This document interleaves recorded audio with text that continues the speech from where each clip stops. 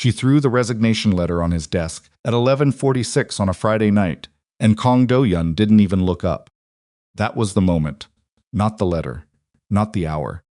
The fact that a man who controlled shipping routes, real estate empires, and half of Manhattan couldn't spare 2 seconds to acknowledge the woman who had run his entire life for 2 years. Imani Bellrose stood there with her heart hammering, and her pride nailed to the floor, waiting. Turned a page, she thought, this is what I am to him. Paper.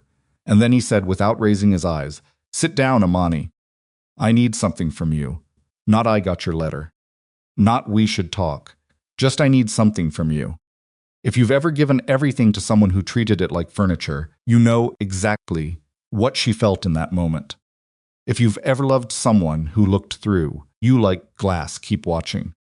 Because what happened next in that penthouse office changed everything neither of them was ready for.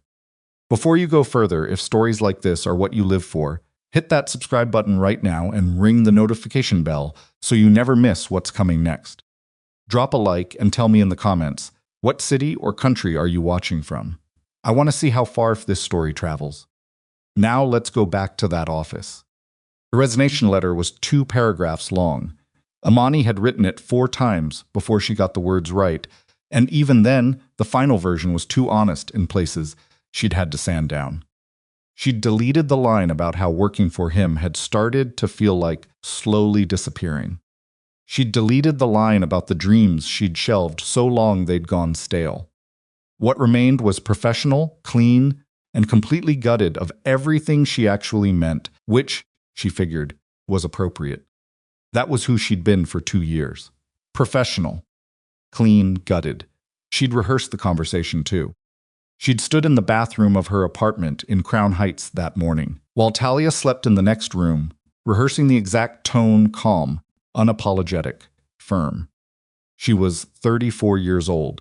She had given this man 2 years of her best thinking, her sharpest instincts, her most sleepless nights, and she had done it professionally and without complaint. She deserved to leave cleanly. She deserved that much. What she had not rehearsed was the fact that he wouldn't look at her. The glass-walled penthouse office sat on the 41st floor of a building on Park Avenue that Do-yun owned outright, along with 11 other properties in Manhattan and 4 in Brooklyn. At this hour, the city spread below them in every direction like a circuit board lit from within millions of people going about their lives, completely unaware that the man behind that desk had, at various points in the last decade, made 3 of those lives substantially shorter. Imani had learned this over time in pieces, the way you learn something you're not sure you want to know. She had filed it away in the drawer of her mind, where she kept all the complicated things about Kang Do-yun and tried, mostly successfully, not to open it. Sit down, he said again. His voice was the same as always, low, unhurried, carrying the faint texture of Korean beneath its American cadence. He'd lived in the States since he was 19, but he'd never entirely lost it. He'd never tried to. Imani didn't sit. I think you should read the letter first. Do-yun turned another page of whatever report he was reviewing. He reached for his coffee without looking up, found it had gone cold, and set it back down with the precise economy of movement that characterized everything he did. He never wasted motion. He never wasted words either, which was why what he said next hit her the way it did. I read it. She blinked. When you slid it under the door at 11:43. I read it at 11:44. He finally looked up. I've been deciding how to respond. Kang Do-yun at 41 was not a conventionally handsome man, but he had the kind of face that found impossible to stop looking at, angular, and still with dark eyes that moved with a precision that felt less like observation and more like assessment. He had a scar on his jaw just below the ear that he'd never explained, and that Imani had stopped herself from asking about approximately 40 times. He wore a suit even at midnight, always charcoal or black, always without a tie at this hour, the top button undone in what was, for him, a significant concession to relaxation. He looked at her, the way he looked at everything, like he was calculating exactly how much of a problem it was going to be. You want to leave, he said. I gave 2 weeks' notice in the letter. You gave 2 weeks' notice in a letter you pushed under my door at midnight on a Friday. He leaned back slightly. That's not notice, Imani. That's an exit. She kept her spine straight. I prefer to think of it as professional courtesy. Something moved through his expression, not quite amusement, not quite irritation. Something in between that she had spent 2 years learning to read and never entirely succeeded. Sit down, he said for the third time. Please. The please was unusual enough that she sat. He was quiet for a moment, which was also not unusual. Do-yun operated in silences, the way other men operated in conversation, using them to think, to measure, to decide. Imani had learned in her first month not to fill them. She'd learned a lot of things in her first month, most people took a year to figure out about him, and she suspected that was part of why he'd kept her. I have a situation, he said finally. Mr. Kang. Hear me out. He folded his hands on the desk. It was a gesture she associated with him, shifting into what she privately called his boardroom mode, structured, deliberate, the version of himself he deployed when he needed something and wanted you to think it was a reasonable request, before you'd had a chance to realize it wasn't. My mother turned 70 next weekend. There's a family gathering at the Hamptons estate. She's been asking me. He paused. Fractionally, in the way that meant the next words cost him something, when she can meet the woman I've been seeing. Imani stared at him. I'm sorry? 4 months ago, she called me at 2 a.m. distressed because my cousin had just announced an engagement, and apparently that made my situation unbearable to her. His jaw tightened slightly. I told her I was seeing someone. I told her it was recent, and that it was going well, and that she'd have the opportunity to meet her soon. And you were Imani stopped. Started again. There is no woman. There is no woman. The silence after that was a different quality than his usual ones. Heavier, more specific. Imani thought about the 2-paragraph letter under his hand and realized this was going to be more complicated than she'd planned. I need someone to come with me to the Hamptons, Do-yun said. For 1 week. To play the role of the woman I've been dating. She looked at him steadily. You're asking me. I'm asking you. Your assistant, my most trusted employee, who, she said, just handed you a resignation letter, which is currently underneath my coffee mug and which I have not accepted. He met her eyes. $50,000. 1 week. The arrangement ends when we return to Manhattan. The number landed in the room between them like something physical. Imani's first thought was Talia. Not herself. Not her pride. Not the absurdity of what he was proposing Talia. Her younger sister. 29 years old and buried under medical bills from a diagnosis that had arrived without warning 18 months ago and hadn't shown mercy since. $50,000 was the number Imani had written on a napkin 6 months ago, the number she'd stared at and thought, if I could just get here. Not get rich, not get free, just get here. She thought, of course it's that number. She thought, of course he's asking me this, she thought. Do not say yes. Do not say yes. Why me? She asked instead. Do-yun considered the question with the same deliberateness he gave everything. Because you know how to handle my family without losing composure. Because you understand my schedule, my obligations, and the dynamics of the people we'd be dealing with. Because you're the only person in my professional circle who could do this convincingly. He paused. And because when it's over, you'll walk away. That last part. She heard it the way you hear something when your body understands, before your mind catches up a dull, full body kind of ache that settled somewhere behind her sternum and refused to move. When it's over, you'll walk away. He trusted her because she was leavable. Because he looked at her and saw someone who would not complicate things. Someone who could be paid $50,000 to stand beside him for a week and then return to her correct position at a professional distance and not cause problems. Imani Bellrose, who had been in love with this man. For approximately 14 months she'd counted. She remembered the exact dinner where it happened. A working lunch that had gone to 7 o'clock, and then 8, and then they'd both forgotten. They were supposed to be working, sat across from him and understood with absolute clarity that he had no idea, and that she had to keep it that way. I'll need to know more about the arrangement, she said. Her voice came out even. She was proud of it. What do you want to know? Cover story. How long we've supposedly been together. How we met our version of it. Your family's expectations. Who knows what? Something in Do-yun's posture shifted, almost imperceptibly, in the direction of relief. He'd expected her to push back longer, she realized. Or maybe he'd expected her to say no. 6 months, he said. We've been seeing each other privately for 6 months. We met here in the office, that part is true, which makes it easier.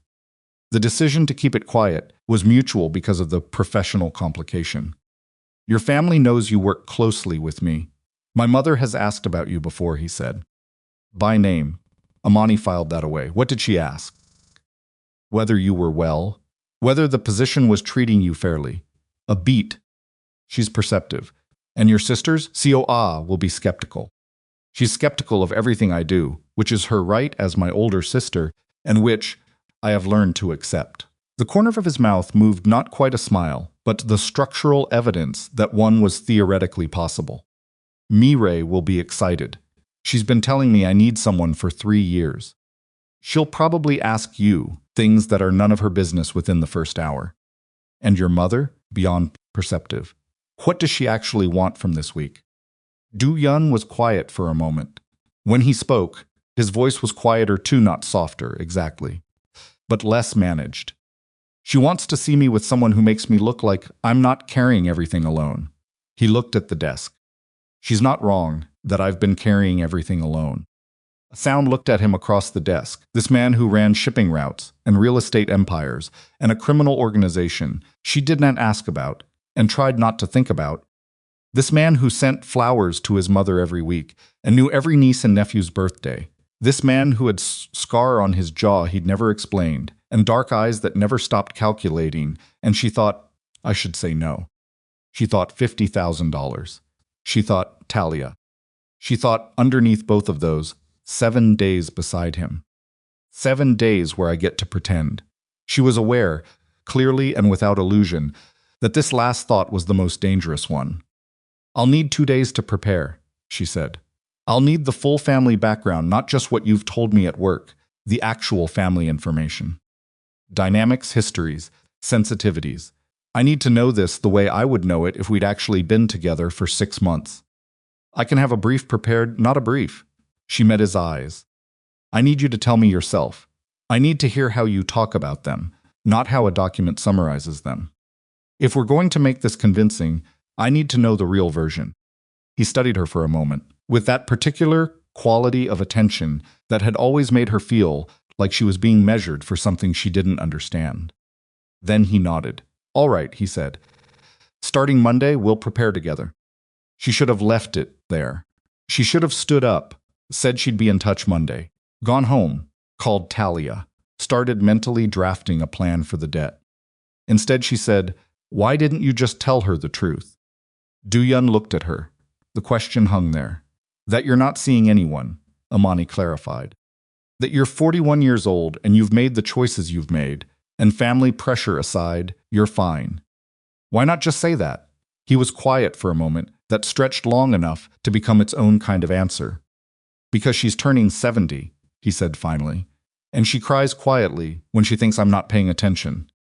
And the only thing she has ever asked of me that I couldn't give her, he stopped. Restarted. She wants to know that someone will be there when she's gone. That I won't another stop, that I won't be alone.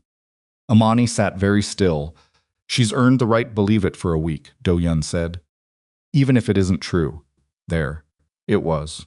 Underneath the empire, underneath the calculation, underneath the man who didn't look up when she handed him her resignation letter this.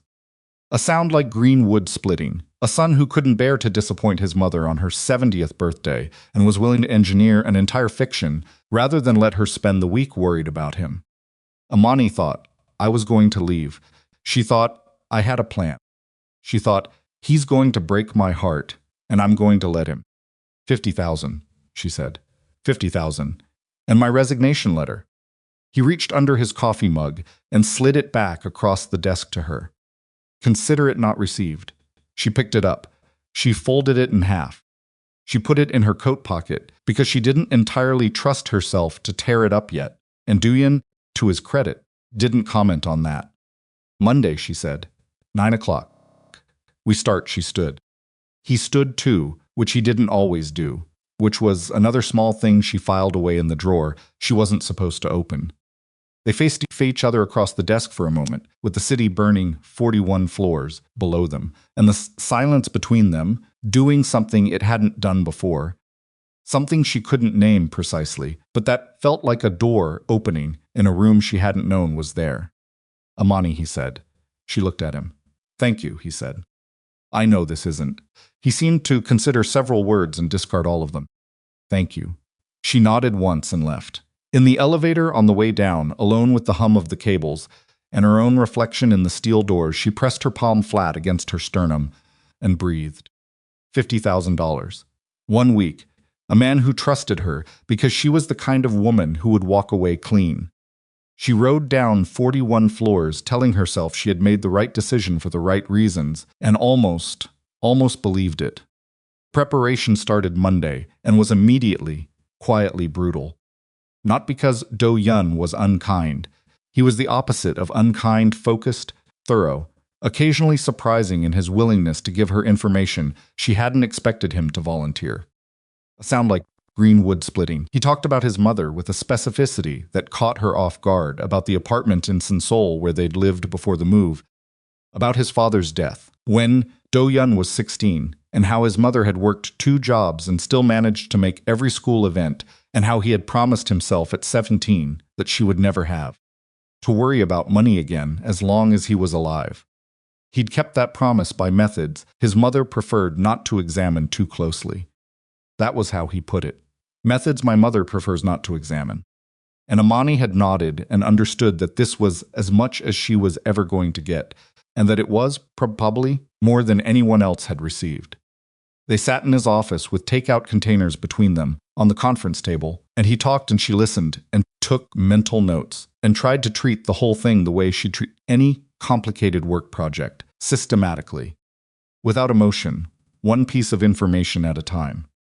She failed, largely, because of the way he talked about his family. The fearsome Kang Do-yun, the man whose name made other powerful men careful about what they said and where they said it, described his niece Yuna's obsession with marine biology for 6 uninterrupted minutes and was visibly glad for the chance. Something splitting. He talked about his younger sister Mirei's marriage to a man he'd initially distrusted and now considered family, with the halting honesty of someone admitting they'd been wrong about something that had mattered. He talked about Sewa's marriage with a different quality of silence, a silence with edges, and Imani understood, without asking, that the situation there was precarious. She said, "Tell me about the person who hurt you." He looked up from the takeout container. "That's not in the brief." "No," she agreed. "I'm asking anyway." The silence this time was one of his long ones, the kind that had substance. She watched him decide whether to answer, watched him weigh it, watched whatever calculation he ran come out on some unexpected side. "Her name was Yeonji," he said. "I was 33. I intended to marry her." He was quiet for a moment. "She was providing information about my operations to a competitor for approximately 8 months before I found out. By the time I knew, the damage was significant." Imani held the question that arrived. What happened to her? She held it carefully and did not ask it. After that, Do-yun said, "I decided that what I felt for someone could be used as a weapon against me. So I stopped feeling it." He said this, he said most difficult things flatly, without self-pity, as though he were recounting something that had happened to someone else. "I was largely successful." Imani thought, largely. She said, I'm sorry that happened." He looked at her as though the words were in a language he was still translating. "It was a long time ago. It doesn't matter how long ago it was," she said quietly. "That kind of thing leaves marks." He was quiet for a moment. "Yes," he said finally, and something in his voice was slightly different. "It does." They went back to the brief. But the room felt changed in some way she couldn't exactly name, and she caught him looking at her twice before they were done. Not the assessment look, not the calculating look, but something she didn't have a word for yet. She filed it away in the drawer she wasn't supposed to open. The drawer was getting very full. The physical part of the preparation was worse. Not because anything inappropriate happened. Do-yun was precise and professional, in a way that could have felt clinical, except that precision was exactly the problem. When he took her hand to practice the gesture, he did it the same way. He did everything, completely. Not tentative, not performative, but fully present in the way he was fully present in everything he committed to. His hand was warm and slightly rough at the knuckle, and he held hers with a steadiness that made her feel for a moment the way she imagined it would feel to actually be held by him. She focused on the skyline. "You're rigid," he said. "I'm professional. Couples aren't rigid with each other." He adjusted the angle of her wrist slightly. "You need to be comfortable. Not performed comfort, actual comfort. We've been professional colleagues for 2 years," she said.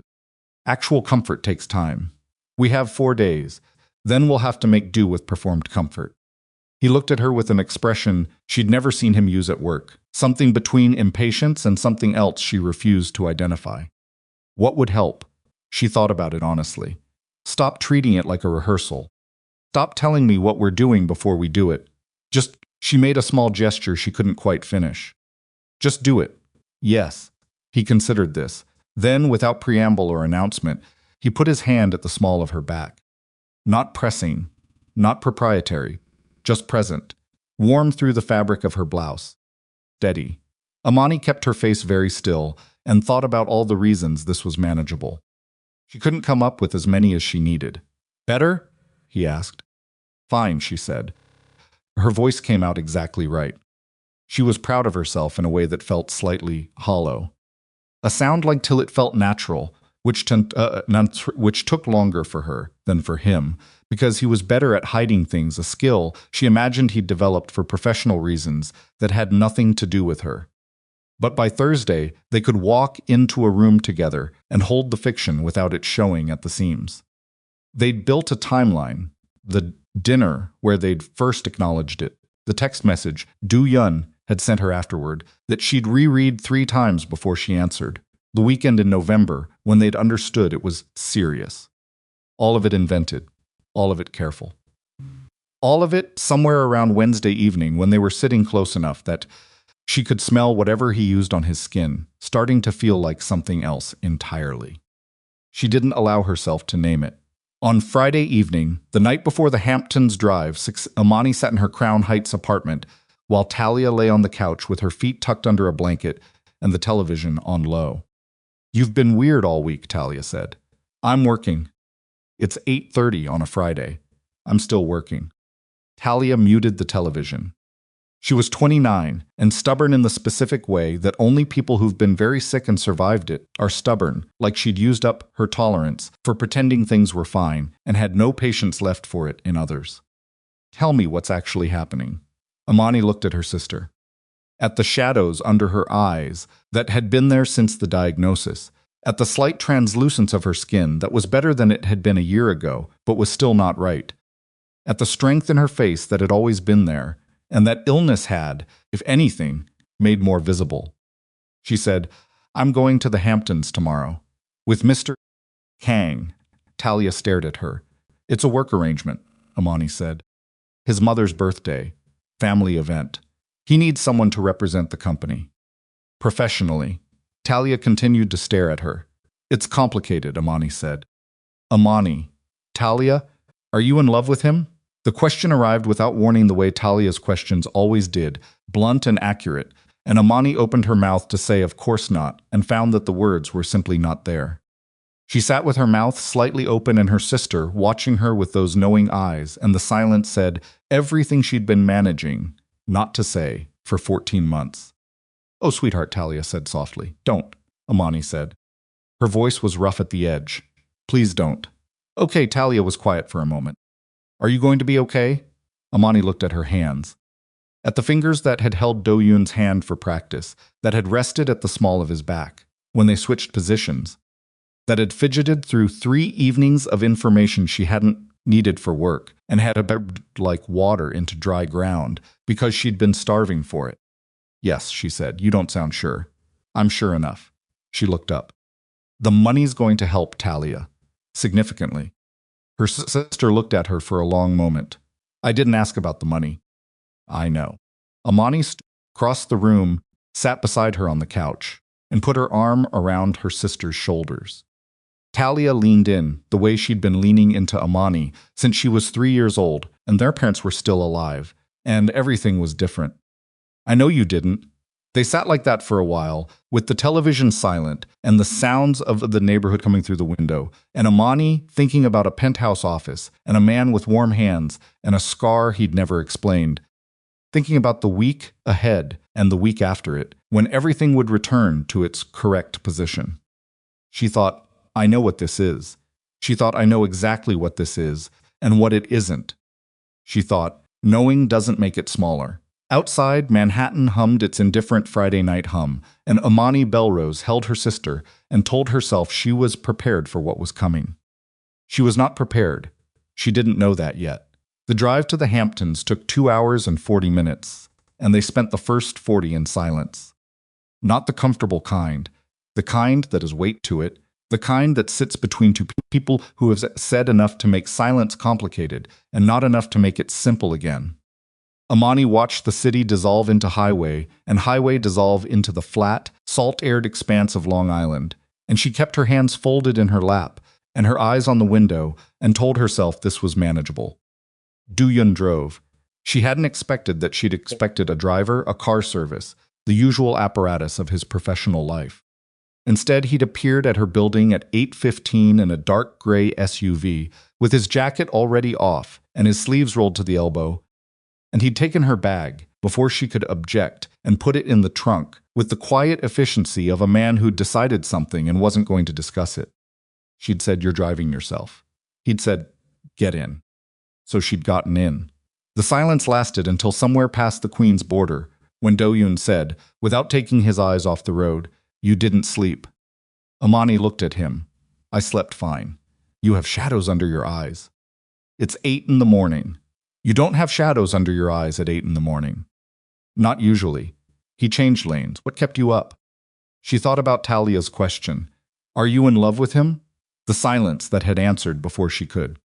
A sound like green wood splitting, the way she'd lain in her bed, staring at the ceiling and cataloging every reason. The next 7 days were a terrible idea, with the thoroughness of someone who has already made the decision, and is now just building a case for a jury of one. "I was reviewing the family information," she said. Do-yun was quiet for a moment.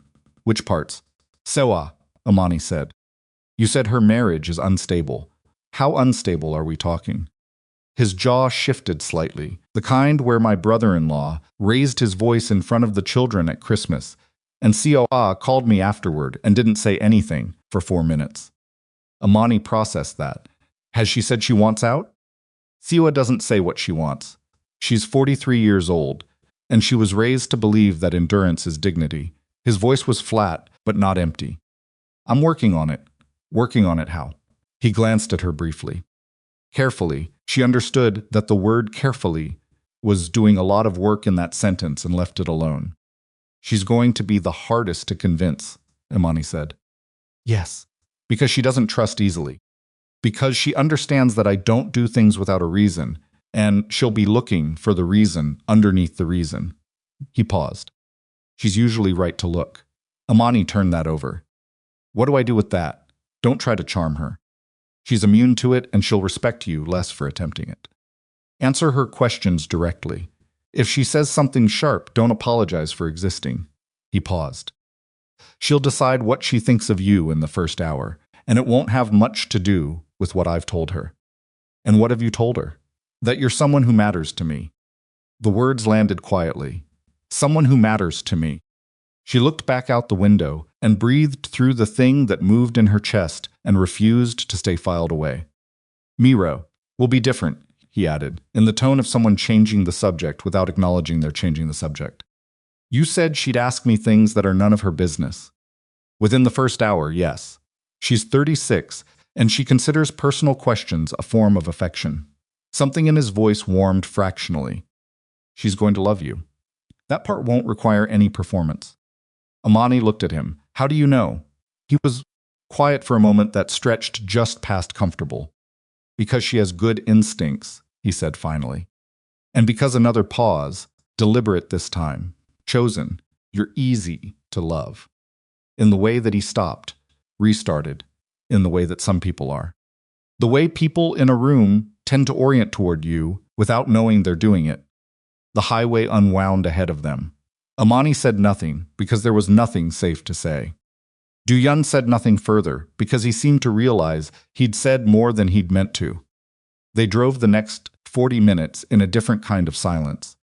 The Kang estate appeared at the end of a private lane lined with old trees whose roots had lifted sections of the paving into uneven ridges that the SUV rolled over with a series of soft jolts.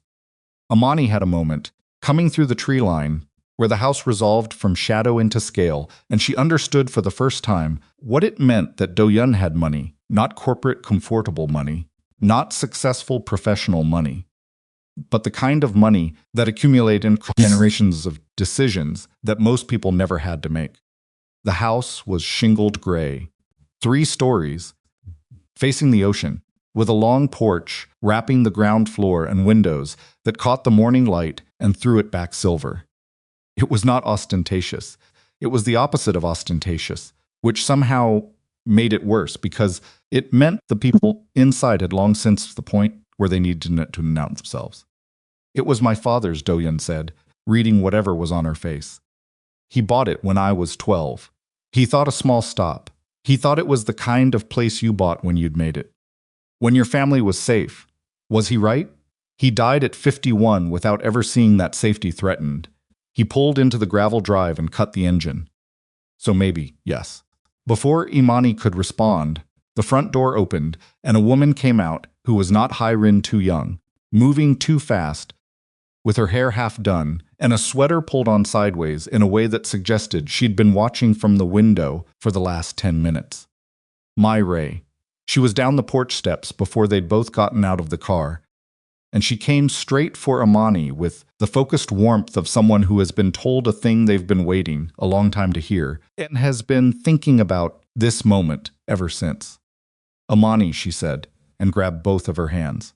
Not a handshake. A hold. "Okay. Hi. I'm Mireille.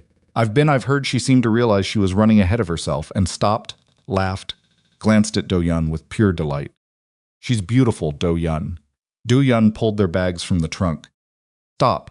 He's terrible at this," Mireille told Imani confidentially, still holding her hands. "He's been terrible at everything that isn't work for basically his entire adult life. So the fact that you exist at all is genuinely, we were all a little worried." She turned back to her brother. "Umma's been up since 6. She made japshi. She knows I don't like japshi. She made it for Imani." Mireille raised her eyebrows. "So you might want to develop an appreciation." Something happened to Do-yun's expression that Imani had never seen at work, a softening that wasn't weakness, more like a door opening slightly on a room that was usually kept shut. He looked at his sister with an exasperation that was clearly just love, wearing a practical coat. "Where's June?" he asked. "Inside with the kids. Yuna found a horseshoe crab shell on the beach this morning, and we have all been learning more about horseshoe crabs than I personally required." Mireille finally released Imani's hands but stayed close. "Come in. Come in.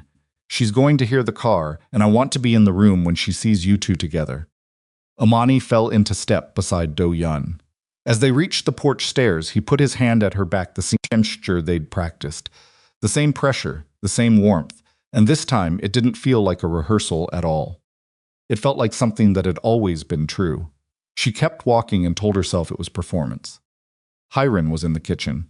Imani didn't know what she'd expected, some formal matriarch, perhaps, someone whose son's money had calcified into a kind of patrician remove. What she found instead was a 70-year-old woman in an apron over a silk blouse, her silver hair pinned back practically, her hands moving over the stove with the confident economies of someone who has cooked serious food her entire life and considers the kitchen a place of real authority. She turned when they came in. She looked at her son first, the quick whole-face assessment of a mother reading a child she knows completely, and then she looked at Imani, and her eyes did something that Imani had not been prepared for. They went soft. Not politely soft. Not socially soft. The kind of soft that is actually just relief. The kind that happens when something you've been quietly afraid wouldn't happen finally does. "Imani," she said. Just the name, the way Mireille had said it. like it was a thing she'd been holding carefully. Mrs. Kang, Imani said. It's a pleasure to meet you. Happy birthday. Hyrin crossed the kitchen and took both of Imani's hands the exact way Mi-rae had, and Imani thought they learned this from her.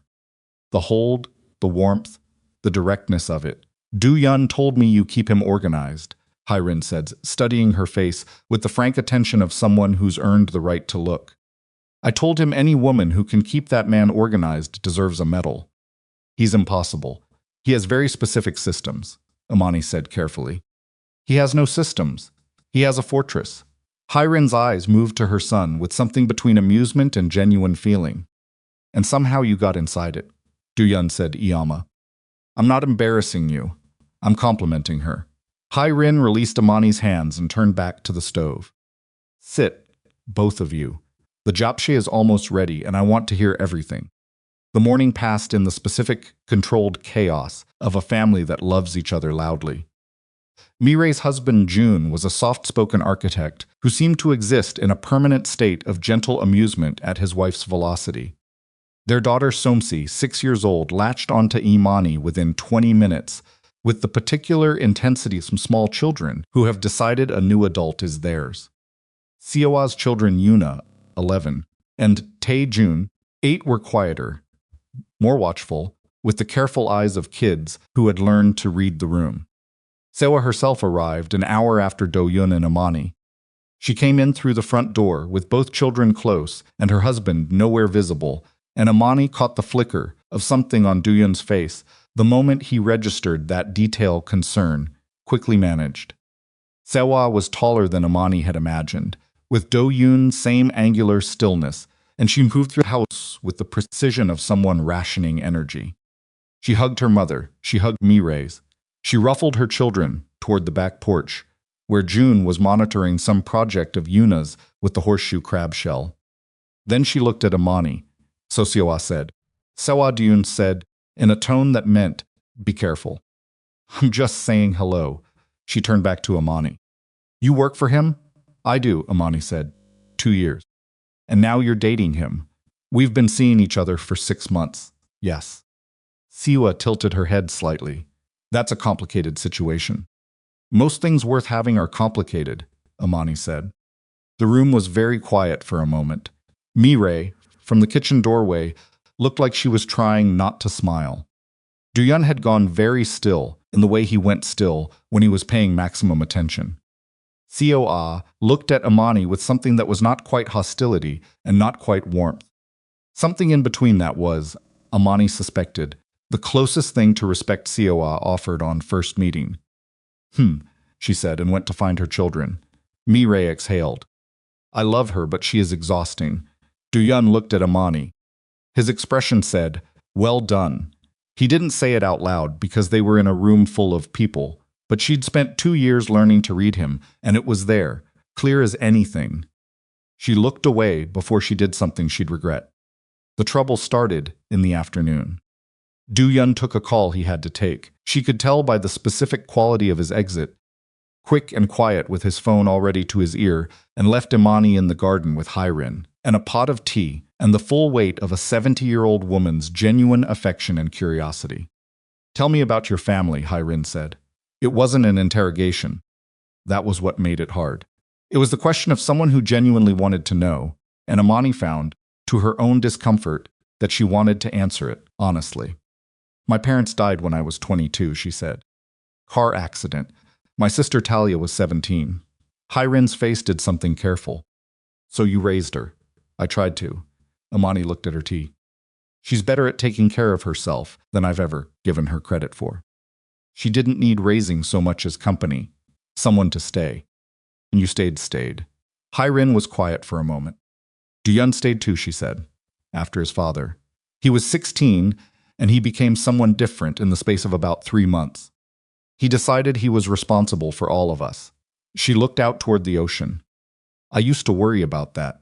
Whether something in him closed, because he decided he had to be the one holding everything together. Imani said nothing. Does he let you in? Hyrin asked. Directly, the way Mi-rae asked things directly, inherited from the same source. The real parts. Imani thought about a conference table and takeout containers and a man telling her about a woman named Yeon-ji with his voice in the careful flat register he used for things that had cost him something.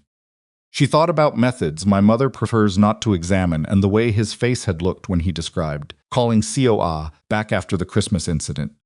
More than I expected, she said, and that, at least, was completely true. Hyrin looked at her for a long moment. Good, she said quietly. That's good. Do-yun reappeared 20 minutes later looking the way he looked after calls that required damage control, not visibly stressed, because he didn't allow himself visible stress, but with a quality of containment about him that Imani could read like weather. She caught his eye, tilted her head slightly toward the path that ran toward the beach. He understood immediately, made their excuses to Hyrin smoothly, and followed her out. They got 30 feet from the house before she said quietly, "What happened?" "Business matter." "What kind of business matter?" "The kind that doesn't concern Do-yun." She stopped walking. He stopped too and faced her, and she looked at him with the directness she'd decided on in the car because there was no other way to survive this week with herself intact. If it's going to affect this week in any way, I need to know. He looked at her for a moment with that assessment quality, and then something in him settled, the way things settled in him when he decided to trust. One of my shipping operations is under scrutiny. I have people managing it. It will be handled by Monday. Is it the kind of scrutiny that follows you here? No, are you sure? His jaw tightened. I'm sure. Okay. She held his eyes for another second. Okay. He exhaled slowly. You're very good at this. At what? At asking the questions I don't want to answer, in the exact way that makes me answer them. I've had 2 years of practice, she said. The corner of his mouth moved. He fell into step beside her, toward the water, and they walked without speaking for a while, the grass giving way to the wooden slats of a boardwalk, and then to the beach itself, the sand pale and cold-packed at this time of year, with the Atlantic moving gray and honest ahead of them. She likes you, Do-yun said. Your mother is easy to like back. I don't mean just my mother. He was looking at the water. Mireille will tell you herself approximately 40 times before the week is out. Even COA, he paused, what you said to her, about complicated things. I was being honest, I know. A beat. That's what she heard. They stood at the water's edge. The wind came in off the Atlantic cold and direct, and Imani wrapped her arms across her chest and didn't mind it. The way she'd always not minded cold it clarified things, made the edges of everything sharper. Can I ask you something, she said. You usually just ask. This one I'm asking permission for. She looked at him. Do you actually like any of this? The family. The gathering. Not the obligation, the thing itself. He was quiet for long enough that she thought he might not answer. Then yes, he said, when I let myself another pause. I forget to let myself. Why? Because it's harder to lose things you admit you love. The wind moved between them. The ocean made its steady, indifferent noise. Imani thought about a woman named Yeon-ji and a man who had decided at 33 that love was a liability and had carried that decision for 8 years. She thought, I know that feeling. I know it in a different way, but I know it. She almost said it. She came very close. Instead, she said, your niece found a horseshoe, crab shell. He looked at her. Yuna, she said, this morning. Mireille told me she's obsessed with marine biology. The shift in his face was almost startling. The whole quality of it changed, the weight going out of it, replaced by something that was simply warm. She wants to study ocean ecosystems, he said. She's 11, and she has already identified 4 specific research programs she intends to apply to. She's going to be terrifying, Imani said. She's already terrifying. He almost smiled. She reminds me of he stopped. Of? He looked at her. Something passed across his face that she couldn't catalog. Nothing, he said. Come on. Iyama will notice if we're gone too long. He turned back toward the house. Imani stood for one more second at the water's edge, looking at the gray Atlantic, feeling the cold wind on her face, telling herself very firmly and specifically that whatever she'd just seen in his expression had been nothing. Categorically nothing. She turned and followed him. The photograph surfaced that evening. Mireille found them first some gossip blog that ran photos with the kind of headlines that were designed to cause maximum damage in minimum words. The headline called Do-yun a Manhattan power player and described him as having been photographed multiple times this week with an unidentified woman at a downtown restaurant. The woman in the photographs was not Imani. She was Korean, early 30s, undeniably beautiful in the specific way that photographs well. And in two of the images, she had her hand on Do-yun's arm in a way that the camera's angle made look intimate. Mireille brought the phone to Do-yun with the quiet, careful energy of someone who is not sure what they're handing someone. Do-yun looked at the screen for approximately 3 seconds. His face did nothing. He handed the phone back. "Yona Cho," he said. "She represents a real estate investment group. I've met with her 3 times about a development project in Midtown. The photographs are from those meetings." "Do-yun," Mireille said carefully. "She is a business contact," he said. "Nothing else."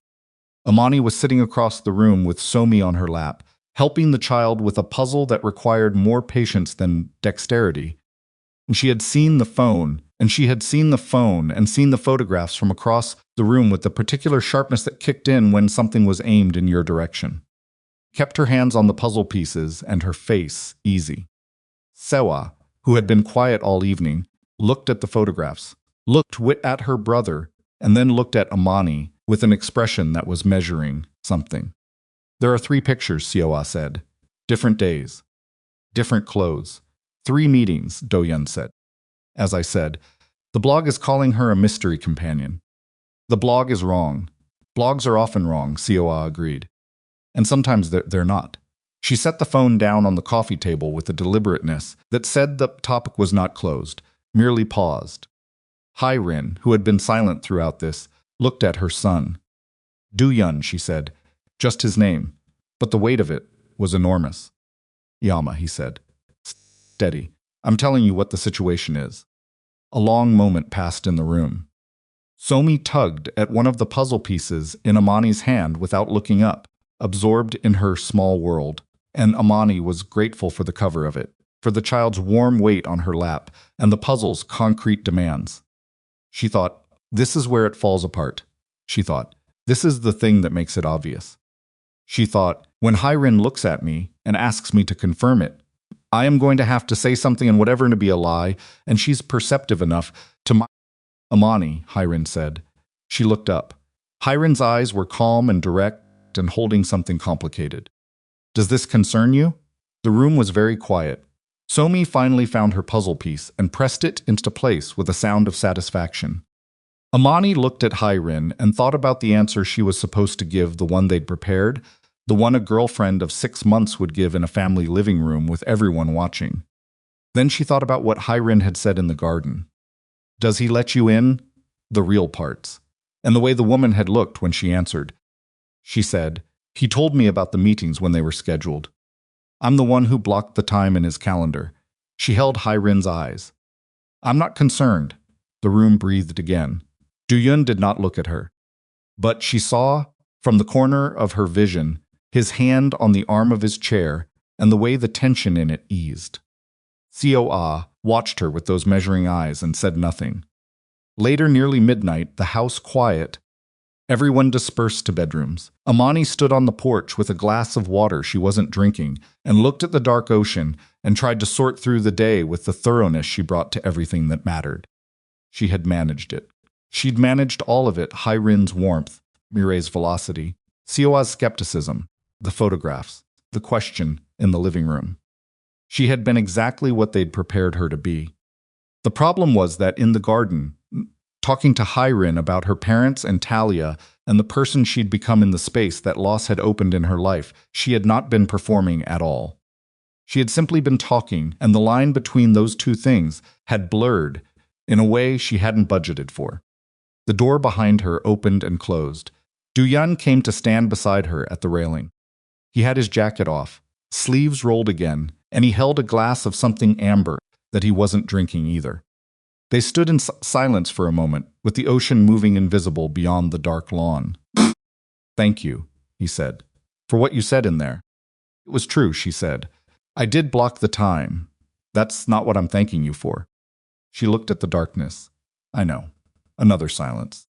The wind off the water was cold and clean and smelled like salt and distance. My mother told me something, Do-yun said. What? After you two were in the garden. She pulled me aside. He turned his glass in his hand. She said he paused, with the particular quality of someone quoting a thing they've been sitting with. She said, that woman already loves your family, Do-yun. You can see it in how she handles them. She said it like it was a simple observation. He stopped. She said it like it was a question. Imani did not move. Is it? He asked. The word simple hung there. She understood he wasn't asking about simple. Your family is easy to love, she said carefully. Imani. His voice was quiet, direct. The voice he used when he was done being careful himself. She turned to look at him. He was closer than she'd realized, close enough that she could see the shadows under his eyes that matched her own, the signs of a man who was also carrying something he hadn't fully allowed himself to name. Don't, she said. Her voice was steady, but only barely. I'm not doing anything. You're about to. His jaw moved. He looked at her, the way he'd been looking at her all week, in the moments when he thought she wasn't paying attention, the way that was nothing like assessment, the way that had no professional distance in it at all. What are we doing? He said, not asking it rhetorically. Asking it the way you ask a question you already know the answer to and are not sure you're ready to say out loud. We're fulfilling an arrangement, she said. 7 days. $50,000. Your mother gets a birthday. Is that what this feels like to you? The wind came in cold and direct. Somewhere inside the house, a floorboard settled. The ocean kept making its steady, relentless sound. What it feels like, Imani said carefully, is not the same as what it is. And if I told you, Do-yun said, that I'm not sure I know the difference anymore, then I would tell you that it doesn't change what happens at the end of this week. I go back to being your assistant. You go back to being my employer. And whatever this she gestured at the space between them is, it gets left here. With the performance. He looked at her for a long moment. Kind of long that has specific weight. What if I don't want to leave it here, he said. Porch was very quiet. The words sat between them like something irreversible, the kind of thing that once said cannot be unsaid, the kind that changes the shape of everything around it. Imani looked at this man who had hired her to pretend to love him because he was too controlled to admit he might need someone, who was now standing on his dead father's porch in the dark, asking her in the plainest terms. He knew whether any of this was real, and she understood with absolute terrible clarity that she had two choices. She could protect herself. She could step back, re-establish the line, remind them both what this was and what the terms were, and make it through the remaining days, and return to Manhattan with her career intact and her heart more or less in one piece. Or she could tell him the truth. She opened her mouth. And then Siwa's voice came through the upstairs window, urgent, tight, not quite panic, but the register just beneath it, calling her brother's name. Do-yun moved before the second syllable was finished. Already at the door, already in the house, and Imani followed, because whatever was coming next, she understood in her bones that the conversation on the porch had shifted something that could not be shifted back, and that by morning nothing between them was going to look the way it had looked this time yesterday. Siwa Sisi was sitting on the edge of the guest bed, with her phone in both hands and her children asleep in the adjoining room, and her face doing something Imani had never seen a face do before, holding itself together through what was clearly a significant structural effort, the way a wall holds itself together in the seconds before it doesn't. Do-yun crossed the room in 4 steps and crouched in front of his sister and said her name once quietly, and Sesio-ah looked up at him, and the wall came down. Not loudly. That was the thing that hit Imani hardest, the silence of it. Seo-ah cried the way people cried when they'd learned not to make noise doing it, the way you learned when there were children nearby you were trying to protect from the sound of your own falling apart. Her shoulders shook, and her breath came in, controlled, almost inaudible increments, and Do-yun put both hands on her arms and held on, and said nothing, because there was nothing to say yet. Imani stood in the doorway. She understood clearly and immediately that she should leave. This was family. This was the interior of something she had no real claim to. And the professional thing, the correct thing, was to back out quietly and let them have it. She did not leave. She moved to the small table by the window instead, poured water from the pitcher there into a glass, and set it on the nightstand within Sioa's reach. And then she stepped back and stayed quiet and made herself as unobtrusive as possible, which was the particular skill of someone who had spent years being needed without being acknowledged. Sioa registered the water. She registered Imani. Something moved through her expression that was not quite gratitude and not quite surprise, more like the recalibration of someone who expected to be observed and instead felt cautiously witnessed. She picked up the water and drank. Do-yun looked at Imani over his sister's head. His eyes said, "Thank you for staying." She looked away. "Called Sioa," said finally. Her voice was scraped clean, all the performance gone out of it. He said, "If I file the papers here, if I use a New York attorney instead of coming back, he'll fight for full custody." She set the water glass down with a precision that was the last remnant of her composure. He said, "I took them without his permission," that it constitutes, he used the word abduction. The room temperature dropped about 10 degrees. Do-yun was very still. The kind of still that in other contexts had preceded outcomes Imani preferred not to think about. He said that some word specifically. He had someone coaching him. He could hear the pauses. Sioa pressed her fingers against her eyes. "He knows I've been talking to someone. He's been through my email." "Since when?" "I don't know, weeks, maybe longer." Her hands came down. Her eyes were red-rimmed and furious and exhausted and absolutely clear. "Do-yun, if he files first, if he gets to a judge before I do." "He won't." "You can't promise Sioa." His voice was quiet and absolute. "He won't." His sister had looked at him for a long moment, with the specific expression of someone who has spent their life watching a person be capable of things they don't ask about and has made a private peace with the ambiguity. "Okay," she said. Her voice was steadier. "Okay." Do-yun stood. He pulled out his phone and stepped to the far corner of the room and made a call that lasted 40 seconds, his voice too low to hear clearly. And when he came back, he said, "I need you to send me everything you have. Every email, every text, everything he said to you. Tonight." Siwa nodded. He looked at her for a moment longer, the look of a man doing a calculation that involves love rather than numbers, the messier kind, the kind that doesn't resolve cleanly. "You're not going back," he said. "I know. I mean permanently. I'm telling you this, not asking." Something in Siwa's face broke and reset. She pressed her lips together and nodded again.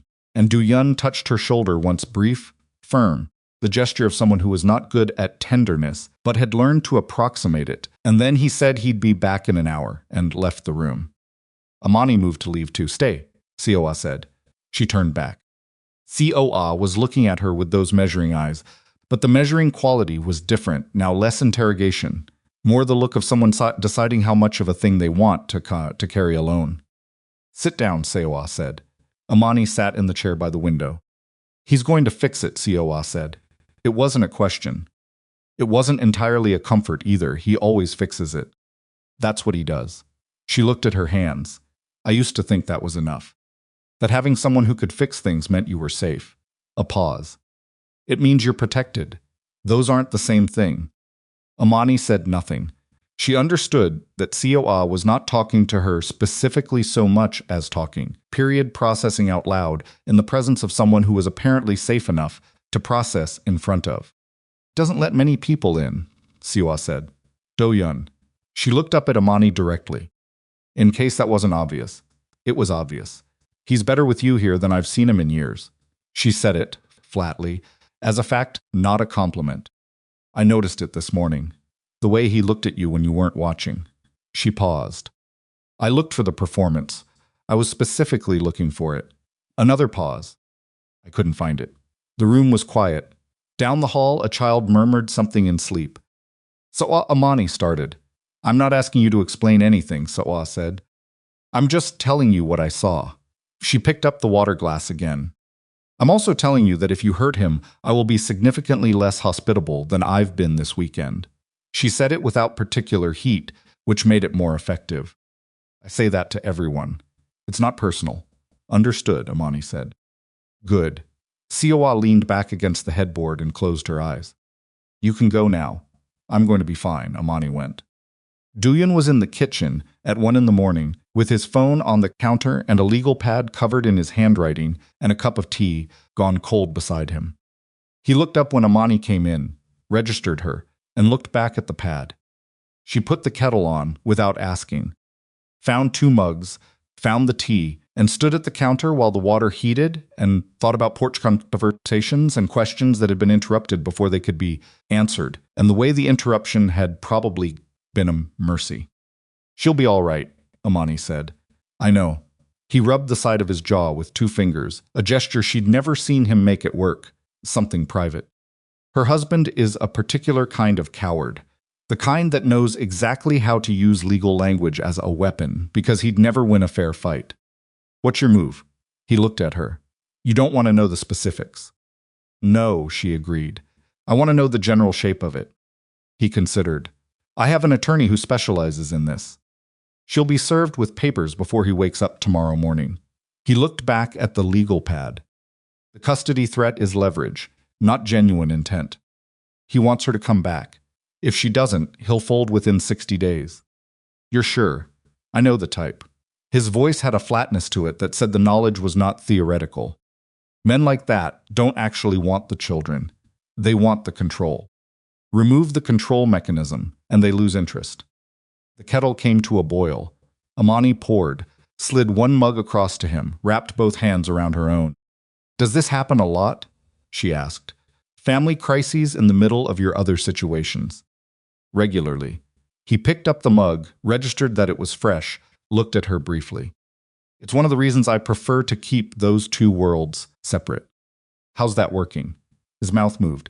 Not quite a smile. Poorly at the moment. She looked at him across the kitchen, the midnight version of him.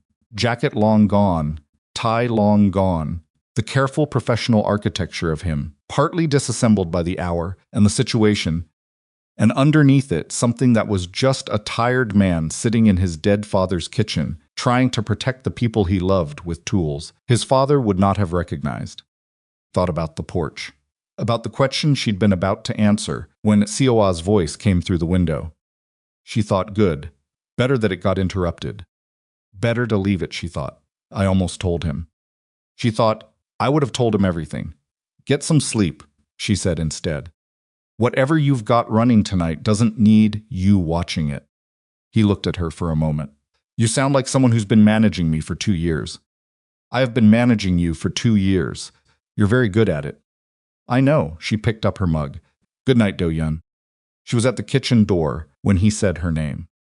She stopped but didn't turn around. The question I asked, he said. On the porch.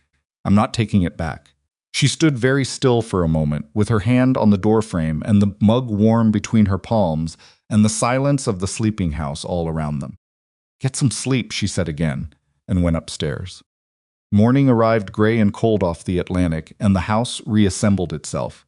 Around breakfast and children, and Hiran's quiet, total command of the kitchen, and Imani was grateful for all of it, for the noise and the warmth, and the way Mirei's daughter Somi needed someone to tie her shoes, and the way that specific, concrete, manageable task was the thing that kept her grounded while the rest of her was still standing on the porch at midnight trying to decide something she wasn't ready to decide. Siwa came down looking composed and dangerous, in the way that people who have cried themselves can sometimes looked lighter, clearer, the specific hardness of someone who had made a decision. She ate breakfast. She helped Yuna identify something on the marine biology app on her phone. She said nothing about the previous night, and her face dared anyone in the room to bring it up. No one did. Do-yun appeared at 9, having clearly not slept. He had the quality of a man running on the particular fuel of unresolved obligation, functional, precise, but with something just slightly too controlled about him, the way a machine runs when it's been pushed past the maintenance interval. He ate standing at the counter, already on his phone, and Imani watched him from across the room and thought, he's been up all night. She thought, of course he has. Mirei sidled up beside Imani with a coffee mug, and her voice low. He didn't sleep, did he? No. He does this. Whenever something's wrong with any of us, He just absorbs it and then stays up all night running calculations. She shook her head. He's been doing it since he was 17. I know, Imani said, and then caught herself because she'd said it with the particular intimacy of someone who has been watching a person for much longer than 6 months. Mireille caught it too. She looked at Imani sideways with a slight smile that was warm and knowing and not unkind. 6 months, she said. Yes. Mireille sipped her coffee. He talked about you before 6 months. I want you to know that. He wouldn't called it talking about you. He would have called it professional references. But I know what I heard. She paused. He said you were the most competent person he'd ever hired. He said it like that was the highest compliment available to him. Imani looked into her mug. It probably is. For him, absolutely. Another pause. He was wrong, though. Competence isn't what I see when he looks at you. She patted Imani's arm once and went back to the breakfast chaos, leaving Imani alone with her coffee and the complicated warmth of being seen by someone she'd met 30 hours ago.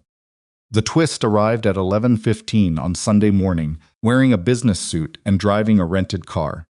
Imani was on the porch with Yuna, listening to the 11-year-old explain the difference between horseshoe crabs and true crabs with the focused intensity of a small academic who had found a willing audience when the car came up the private lane. She noticed it the way she noticed everything as a data point, filed immediately. Private lane, rented car, no advance notice, Sunday morning. Her stomach said, "This is wrong," before her brain had finished the sentence. Do-yun was inside. She heard him before she saw him, his footsteps crossing the entry, quickly, the specific cadence of a man who had also seen the car and processed it and arrived at the same conclusion faster. He came through the front door and stood at the top of the porch steps, and Imani watched his face go through, something she'd never seen it go through before. Not loss of control. Do-yun never lost control of his face in any way she'd witnessed. But a tightening, a quality of absolute concentration, as though every circuit in him had redirected toward a single point. Car stopped. The door opened. The woman who got out was Korean, early 40s, with the kind of composed, precise beauty that did not require any effort to be immediately noticeable. She wore a charcoal blazer over dark slacks, and she moved toward the house with the confidence of someone who had calculated the odds of this going well and arrived anyway. Do-yun said, very quietly, "Yuna, go inside, please." Yuna, who was 11 and perceptive, looked at her uncle's face and went inside without a word. Imani stayed. The woman stopped at the foot of the porch steps and looked up at Do-yun. "I drove from the city," she said. "I called twice." "You didn't answer." "I know," Do-yun said. "We need to talk about the Midtown development. Specifically about what Park's people are saying, about your involvement in. This is not the place." His voice was iron quiet. "You should not be here. I wouldn't be here if you'd taken my calls." She looked at Imani, then the direct, assessing look of a woman who had already processed that Imani's presence was significant and was deciding what to do with that information. "I'm Yona Cho," she said. "Real estate development." "You must be the—" She paused. "The partner Do-yun mentioned." "Imani Bellrose," Imani said. Her voice came out level. "Professional. Yona Cho, the name from the photographs. The business contact, the 3 meetings, the hand on the arm that the camera had made looked like more than a meeting."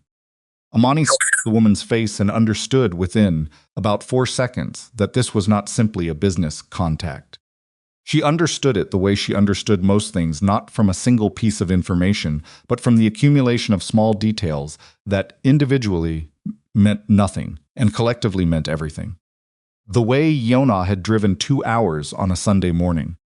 Said, the partner Do-yun mentioned, with the fractional emphasis on mentioned, that suggested she'd heard the word applied to someone she hadn't expected to find here. The way she was looking at Do-yun, not with the particular hunger of a woman in love, but with something older and more complicated than that. The look of a woman who had once had access to something and was recalculating the current terms. Imani thought, Yeon-ji. The name arrived from the back of her memory, the woman from 8 years ago, the betrayal, the information passed to a competitor. She thought about the way Do-yun had said it. She was providing information about my operations. She thought about how he'd never finished telling her what had happened afterward. She thought, what if afterward was still ongoing? She thought, what if the business contact is the bridge? Do-yun came down 2 steps. He was between Imani and Yeon-ah now, his back to Imani, his voice low and specifically directed. You have until I count to 10 to get back in that car. When you reach the city, send whatever you need to send to the attorney. Not to me, not here. Yeon-ah looked at him steadily. Park situation is not something an attorney can handle. It needs to come from you directly, and it needs to happen before Wednesday, or the Midtown deal is dead, and we both lose. I said, not here. Then pick up your phone. She took a step closer, dropped her own voice. I have protected this arrangement for 3 years, Do-yun. 3 years of what I'm not supposed to know, and what I'm not supposed to say. I am asking for one conversation. The word arrangement went through Imani like a wire pulled tight. She couldn't see Do-yun's face. She could only see the line of his back, the set of his shoulders, the way his hands were very still at his sides. Go back to the city, he said. I'll call you tonight. Yeon-ah looked at him for a long moment. She looked at Imani over his shoulder, with an expression that was not hostile and not apologetic and not quite readable, the expression of a woman who had just seen something she'd needed to see and was integrating it. All right, she said quietly. She turned and walked back to the car. They stood and watched her drive back down the lane. When the car was gone, Do-yun turned around. Imani looked at him. She's not just a business contact, Imani said. It wasn't a question. Do-yun was quiet for a moment. He looked like a man on the far side of a decision that had cost him something to make. Come inside, he said. Tell me first. Imani, tell me now or I'll spend the next 20 minutes building the wrong version of it in my head. She kept her voice very steady. What is the arrangement? He exhaled through his nose. 8 years ago, when the situation with Yeon-ji ended, when I found out what she'd done there, was a significant amount of damage. Information that had been passed. People who now knew things they shouldn't. A pause. Yeon-ah Cho was a contact of the competitor who received that information. She came to me 6 months after. She said she had documentation what had been passed, to whom, and what had been done with it. She offered to broker the situation. Broker it how? She positioned herself as a legitimate intermediary. Real estate on the surface. Occasionally she carries messages. Between my operation and parties, I prefer not to meet directly. He held her eyes. In exchange, she has protection, legal cover, a legitimate business relationship that explains any contact between us. Imani was quiet for a moment. You've been using her for 8 years, she said. Working with her. Yes. And the photographs this week were exactly what I told my family they were. Development meetings. He paused. But the underlying relationship is more complicated than I told them. She knows significantly more about my operations than a real estate contact should. How much more? He looked at her steadily. Enough that if she chose to use it, it would be a problem. The word problem in Do-yun's vocabulary covered a very wide spectrum of outcomes. Is that what she's doing? Imani asked. Using it? No, a beat. Not yet, not yet. 2 words with a significant future tense built into them. What's the park situation she mentioned? A competitor. He's been suggesting to certain people that my organization is less stable than it appears. He's connected to the Midtown development in ways that not complicate it, and Yeon-ah is caught between the 2 relationships. He paused. She came here because she's frightened. When she's frightened, she makes contact she shouldn't. Imani absorbed all of this with the systematic compartmentalizing focus she'd developed over years of managing things she hadn't been told the full shape of. She filed each piece in its correct place and looked at the overall picture and thought, this is manageable. This is complicated, but it's manageable. And then the front door opened. COA came out. She looked at Do-yun, and then at Imani, and then at the empty lane where a car had been 2 minutes ago, and something in her face said she had been watching from the window. Had seen at least the last portion of it, possibly all of it. Who was that? COA said. Business, Do-yun said. On a Sunday morning, at the house. During Iyama's birthday weekend, COA's voice was controlled in the precise way that controlled voices got when the control was doing a lot of work. Do-yun, Seoa's handled. Yama's inside asking Mirei, who was in the car, Seoa said. Mirei is telling her it was probably a lost driver. Iyama is not believing her. She looked at her brother with the particular expression of 43 years of watching him, all the love in it, and all the exhaustion, and something underneath both that was close to fear. Whatever you're managing, it found you here. That doesn't happen unless it's bigger than you're saying. Do-yun said nothing. Seoa turned to Imani. The look she gave her was nothing like the measuring look from yesterday. This one was direct and unwilling to perform politeness. Did you know about this? She said.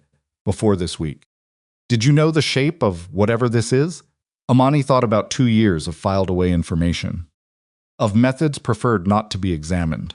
Of knowing exactly what drawer she'd put things in and leaving it closed.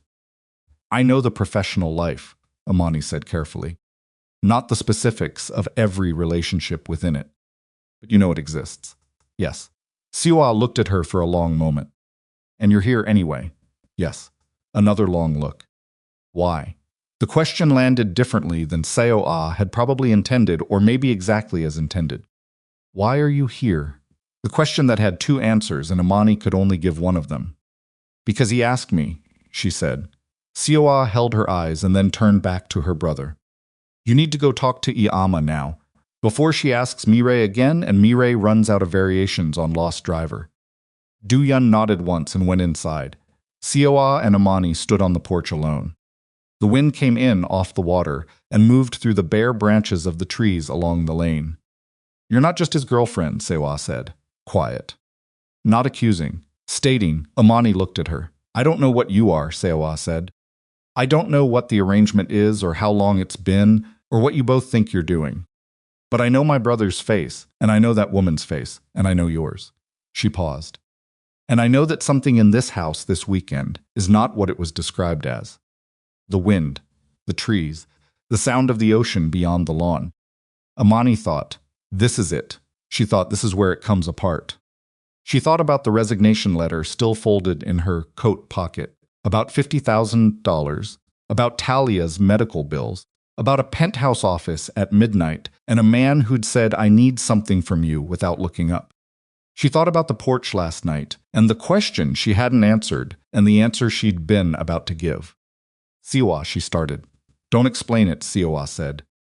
I'm not asking for an explanation. She looked out at the lane where the car had gone. I'm asking you one thing. She turned back to Imani, and her eyes were tired and direct and holding something that looked, underneath all the armor, remarkably like hope. Does he know? Whatever is real between you, does he know it's real? Imani opened her mouth. From inside the house came Hyrin's voice, a sound she hadn't heard from the woman until that moment, a sound that had no composure in it whatsoever, a sound that was simply pain, and both women moved at the same instant. They found her in the living room. She was holding her phone. Her face was the face of someone who had just received information their body was refusing to accept. Mirei was beside her with one hand on her arm, saying, Iyama, Iyama, look at me. And Hyrin was looking at the phone and not at Mirei, and the sound she'd made had stopped, but its echo was still in the room. Do-yun came in from the hallway. He took one look at his mother and crossed to her in 3 steps, and said, very quietly, what happened? Hyrin turned the phone toward him. On the screen was a photograph. Imani saw it from across the room, saw Do-yun's face, as he looked at it, the absolute flattening of his expression that she now understood was not blankness, but the controlled demolition of reaction, because reaction was something enemies could read. She moved closer. She looked. The photograph was grainy, the kind that suggested it had been taken from distance and enhanced, the kind that surveillance produced. It showed Do-yun. It showed Yona Cho, close and unmistakably intimate, a moment that looked like nothing that any business meeting produced. The timestamp in the corner said 3 weeks ago. Beneath the photograph, a message. Anonymous number. 5 words. Ask your son who she is. The room was very still. Do-yun set the phone down on the coffee table with the care of someone placing something that might detonate. He straightened. He looked at his mother, and his mother looked at him, and what passed between them had decades of history in it and no easy words available. Hyrin said very quietly, Do-yun, and Do-yun said nothing, because there was nothing he could say that wasn't going to cost someone something. Imani stood in the middle of the room and understood with sudden cold clarity what was happening. Not the photograph. The photograph was a weapon being deployed, and it was being deployed here, now, in this house, during this weekend, which meant that whoever had sent it knew exactly what they were disrupting and had chosen the moment deliberately. The park situation. The competitor Yona had mentioned. Someone who knew Do-yun well enough to know where to aim. She thought, Yana came here this morning because she was frightened. She thought she was frightened because she knew this was coming. She thought she came to warn him and he sent her away. She thought, and now his mother has a photograph and a stranger's phone number and a question her son cannot answer without destroying several things simultaneously. Mireille was looking at Imani, not accusingly with the wide, slightly frightened eyes of someone watching a situation escalate past the point where warmth and velocity were adequate tools. Sota was looking at Do-yun with her arms crossed and her jaw set, and the expression of a woman who had known something was wrong since yesterday and was now watching herself be proven right in a way she would have preferred to be wrong. Hyrin was still looking at her son with that quiet, devastating patience of who has outlived harder things than this and knows that the waiting is the only honest move available. Do-yun looked at no one for a moment. He looked at the coffee table, at the phone lying face up, at the photograph that was still visible on the screen, and Imani watched him run some interior calculation that was enormous and terrible and private. Then he looked at Imani, not with the assessment look, not with the controlled, professional distance she'd spent 2 years navigating around, with something that was unguarded in a way she'd never seen from him, something that asked her a question he had no right to ask and that she had no safe answer to give. Thought he's going to tell them. She thought, he's going to tell them all of it, what the arrangement was, why she's here, what Yana is, everything. And this whole week is going to come apart in front of his mother on her 70th birthday, and there is nothing. I need everyone to sit down, Do-yun said. His voice was very calm. The way very deep water is calm. Mireille sat beside her and took her hand. Siwa didn't sit. She leaned against the doorframe with her arms still crossed, which was as much concession as she was going to make. Do-yun remained standing. He didn't look at Imani again. The photograph, he said, was sent by someone who wants to cause damage to relationships I've built. Professional and personal. He paused. The woman in it is a business associate.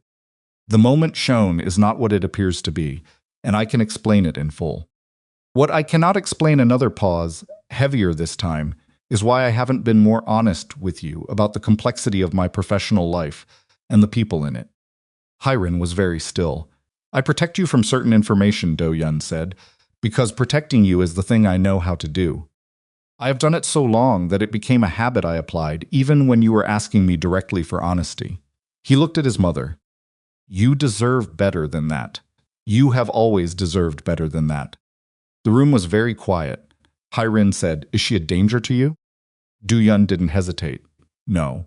Is this person who sent the photograph a danger to you? A fractional pause. They're attempting to be. Hyrin absorbed this, the way she absorbed difficult things, completely, without flinching, the way a woman absorbs difficult things when she's absorbing them for 40 years and has learned that flinching doesn't help. Are you handling it? Yes, she nodded once. She looked down at her hands.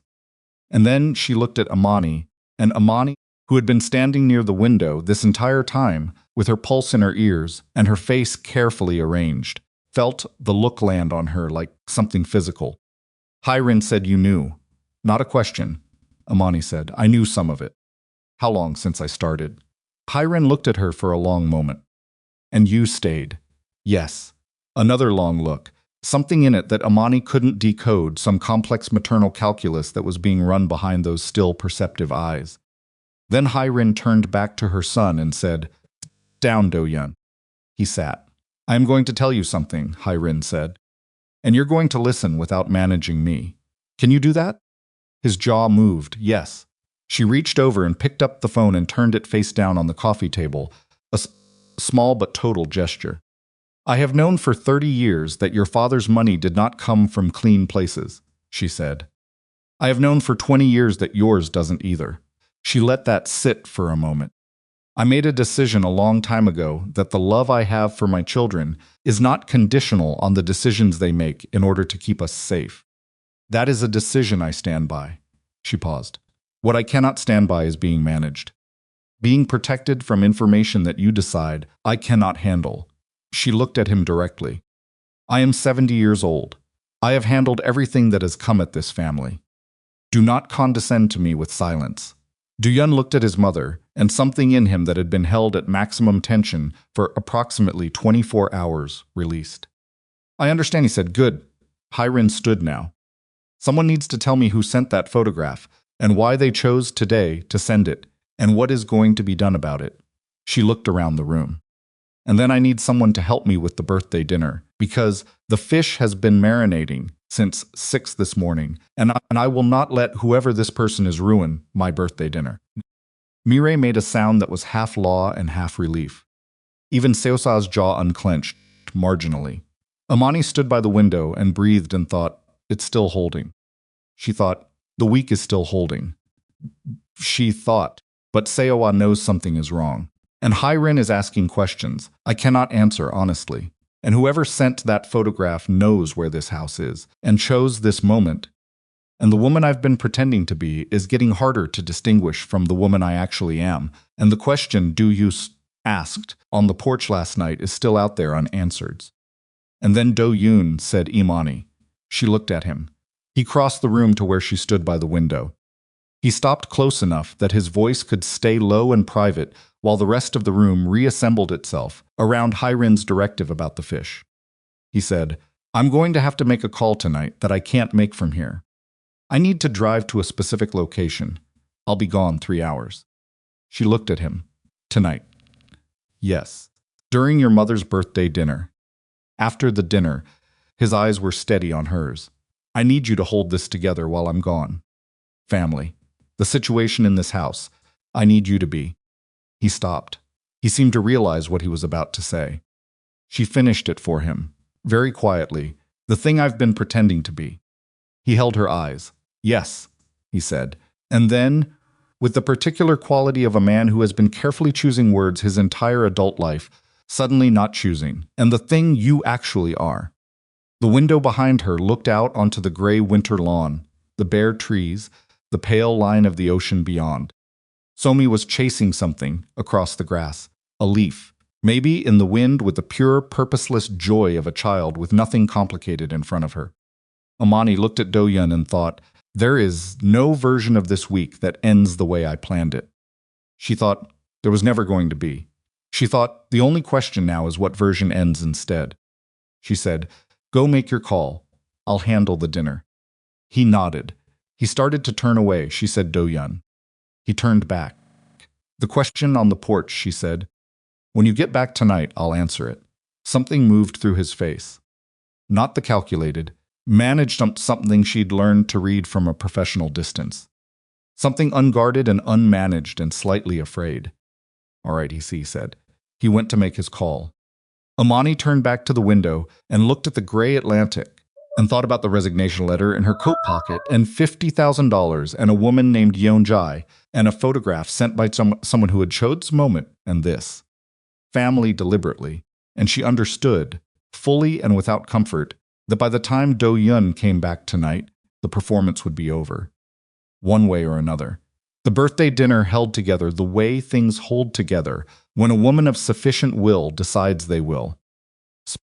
Hyrin moved through her kitchen with the focused authority of someone who understood that the best thing she could do for her family in the next 3 hours was feed them something real. And Imani stayed close and took direction and did not once treat the older woman like someone who needed to be protected from the shape of the evening. That, she sensed, was the correct instinct. Hyrin did not want insulation. She wanted company. Mireille set the table with the particular manic energy of someone burning off anxiety through task completion, rearranging the centerpiece twice and then a third time, before June quietly took her hands and said, "It's fine, Mireille." It's fine in the soft voice of a man who had learned exactly when his wife needed to be stopped and how to do it without making her feel managed. Siwa put her children at the table early with small plates of appetizers, and the calm, forward-facing attention of a woman's who had decided that the best way to protect her kids from the ambient tension in the house was to make them feel so normal and fed and included that the tension couldn't find purchase. She was good at it. She'd probably been good at it for years in a house where she'd needed the skill for different reasons. Do-yun left at 6:15. He said goodbye to his mother in the kitchen, not an explanation, just a brief touch on her shoulder, and something low in Korean that made Hyrin reach up and press her hand briefly over his. He looked at Imani from the doorway. She gave him a small nod that meant, "I have this." "Go," he went. The dinner was, against every reasonable expectation, good. Not performed good. Actually good. Hyrin's food was the kind that made you stop talking, because paying attention to it felt like the correct response, and something about combination of the meal, the coal, and the cold outside, and the warmth of the room and the children's noise pulled the evening into a shape that almost resembled the one it was supposed to have. Imani sat where Do-yun would have sat, at Hyrin's right hand, and answered questions about York and about Talia and about the neighborhood in Crown Heights where she'd grown up after her parents moved from Georgia. And she told the truth about all of it because the truth was the only thing she had enough energy to manage at this point in the week. Hyrin listened, the way she listened to everything completely, without performance, storing it. "Your sister," Hyrin said. "She's better now? The health situation?" "Getting there," Imani said. "Slowly, is still forward," Hyrin said and went back to her food. Sioa, across the table, looked at Imani and then looked at her plate. Something had shifted in her since the living room. Not warmth, exactly. Sioa was not a woman who moved quickly toward warmth, but the absence of the particular watchfulness she'd been carrying since Saturday morning. Like she'd gotten whatever answer she'd been looking for and filed it away. A sound the children were in bed, and Miro and June were washing dishes in the kitchen with the gentle bickering of the two people who disagreed about the correct way to load a dishwasher and found the disagreement companionable. Siwa poured 2 glasses of wine and brought one to Imani without asking. They sat in the living room. "He's handling the park situation tonight," Siwa said. "Not a question, I think so, yes." "Is it bad?" Imani chose her words. "Complicated. His situations are always complicated." Siwa drank. "I stopped asking for specifics a long time ago. I just watch his face and decide how worried to be." She paused. "Tonight I was fairly worried. He knows what he's doing. He always knows what he's doing." Siwa said it without reassurance, as pure fact. "That's not the same as it working out."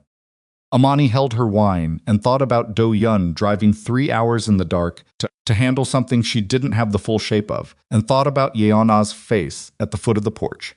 Steps that morning, the particular quality of her fear. The way she'd said, "I have protected this arrangement for 3 years," with the inflection of someone calling in a debt. She thought he sent her away. She thought whoever sent that photograph knew exactly what they were doing and chose this weekend deliberately. Thought, the competitor, the Midtown deal. Yeon-ah, caught between 2 relationships. She turned it over, and over the way she'd turned over problems in his calendar for 2 years, looking for the pressure point, the piece that moved everything else. Her phone buzzed, unknown number, text message, 3 words. "How's the dinner?" She stared at it. Her first thought was Do-yun, but Do-yun was not an unknown number. Her second thought arrived at the same moment as the cold that moved up the back of her neck. She typed back, "Who is this?" The response took 40 seconds. Long enough for her pulse to shift. "Someone who knows what you are. And what you're not." Siwa was watching her.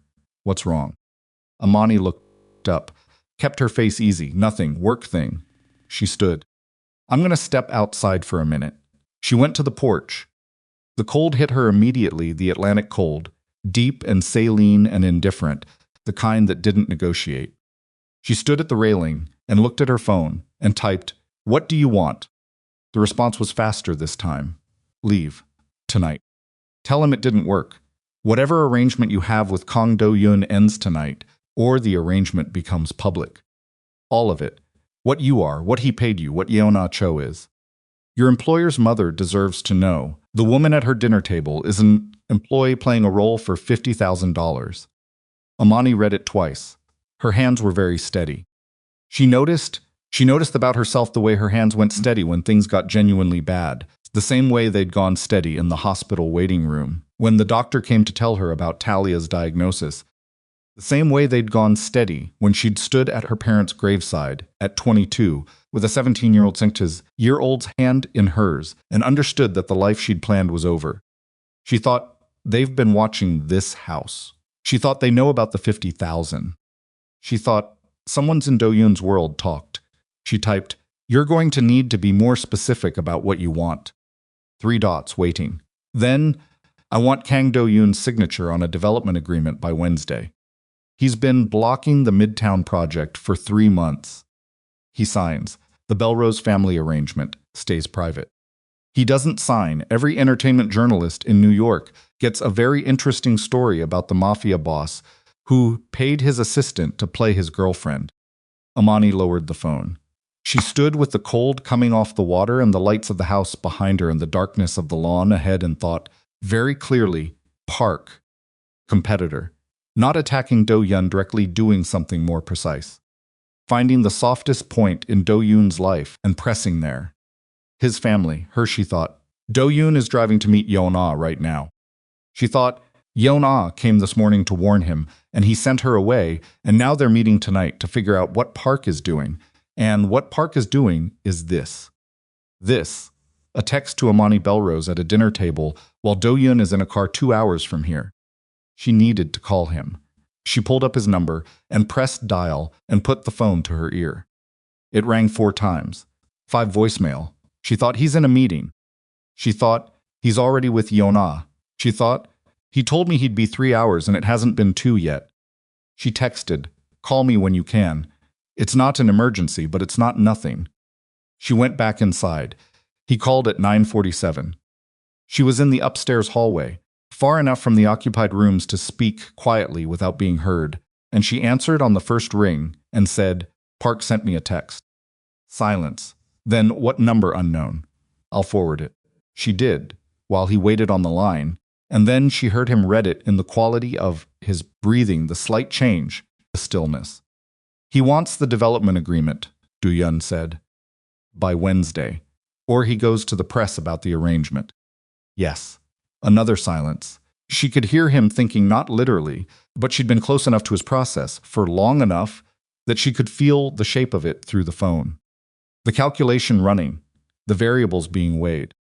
Are you all right? He said. She blinked. It wasn't the question she'd expected first. I'm fine. He approached you directly. At the house. I'm fine, Do-yun. I'm asking.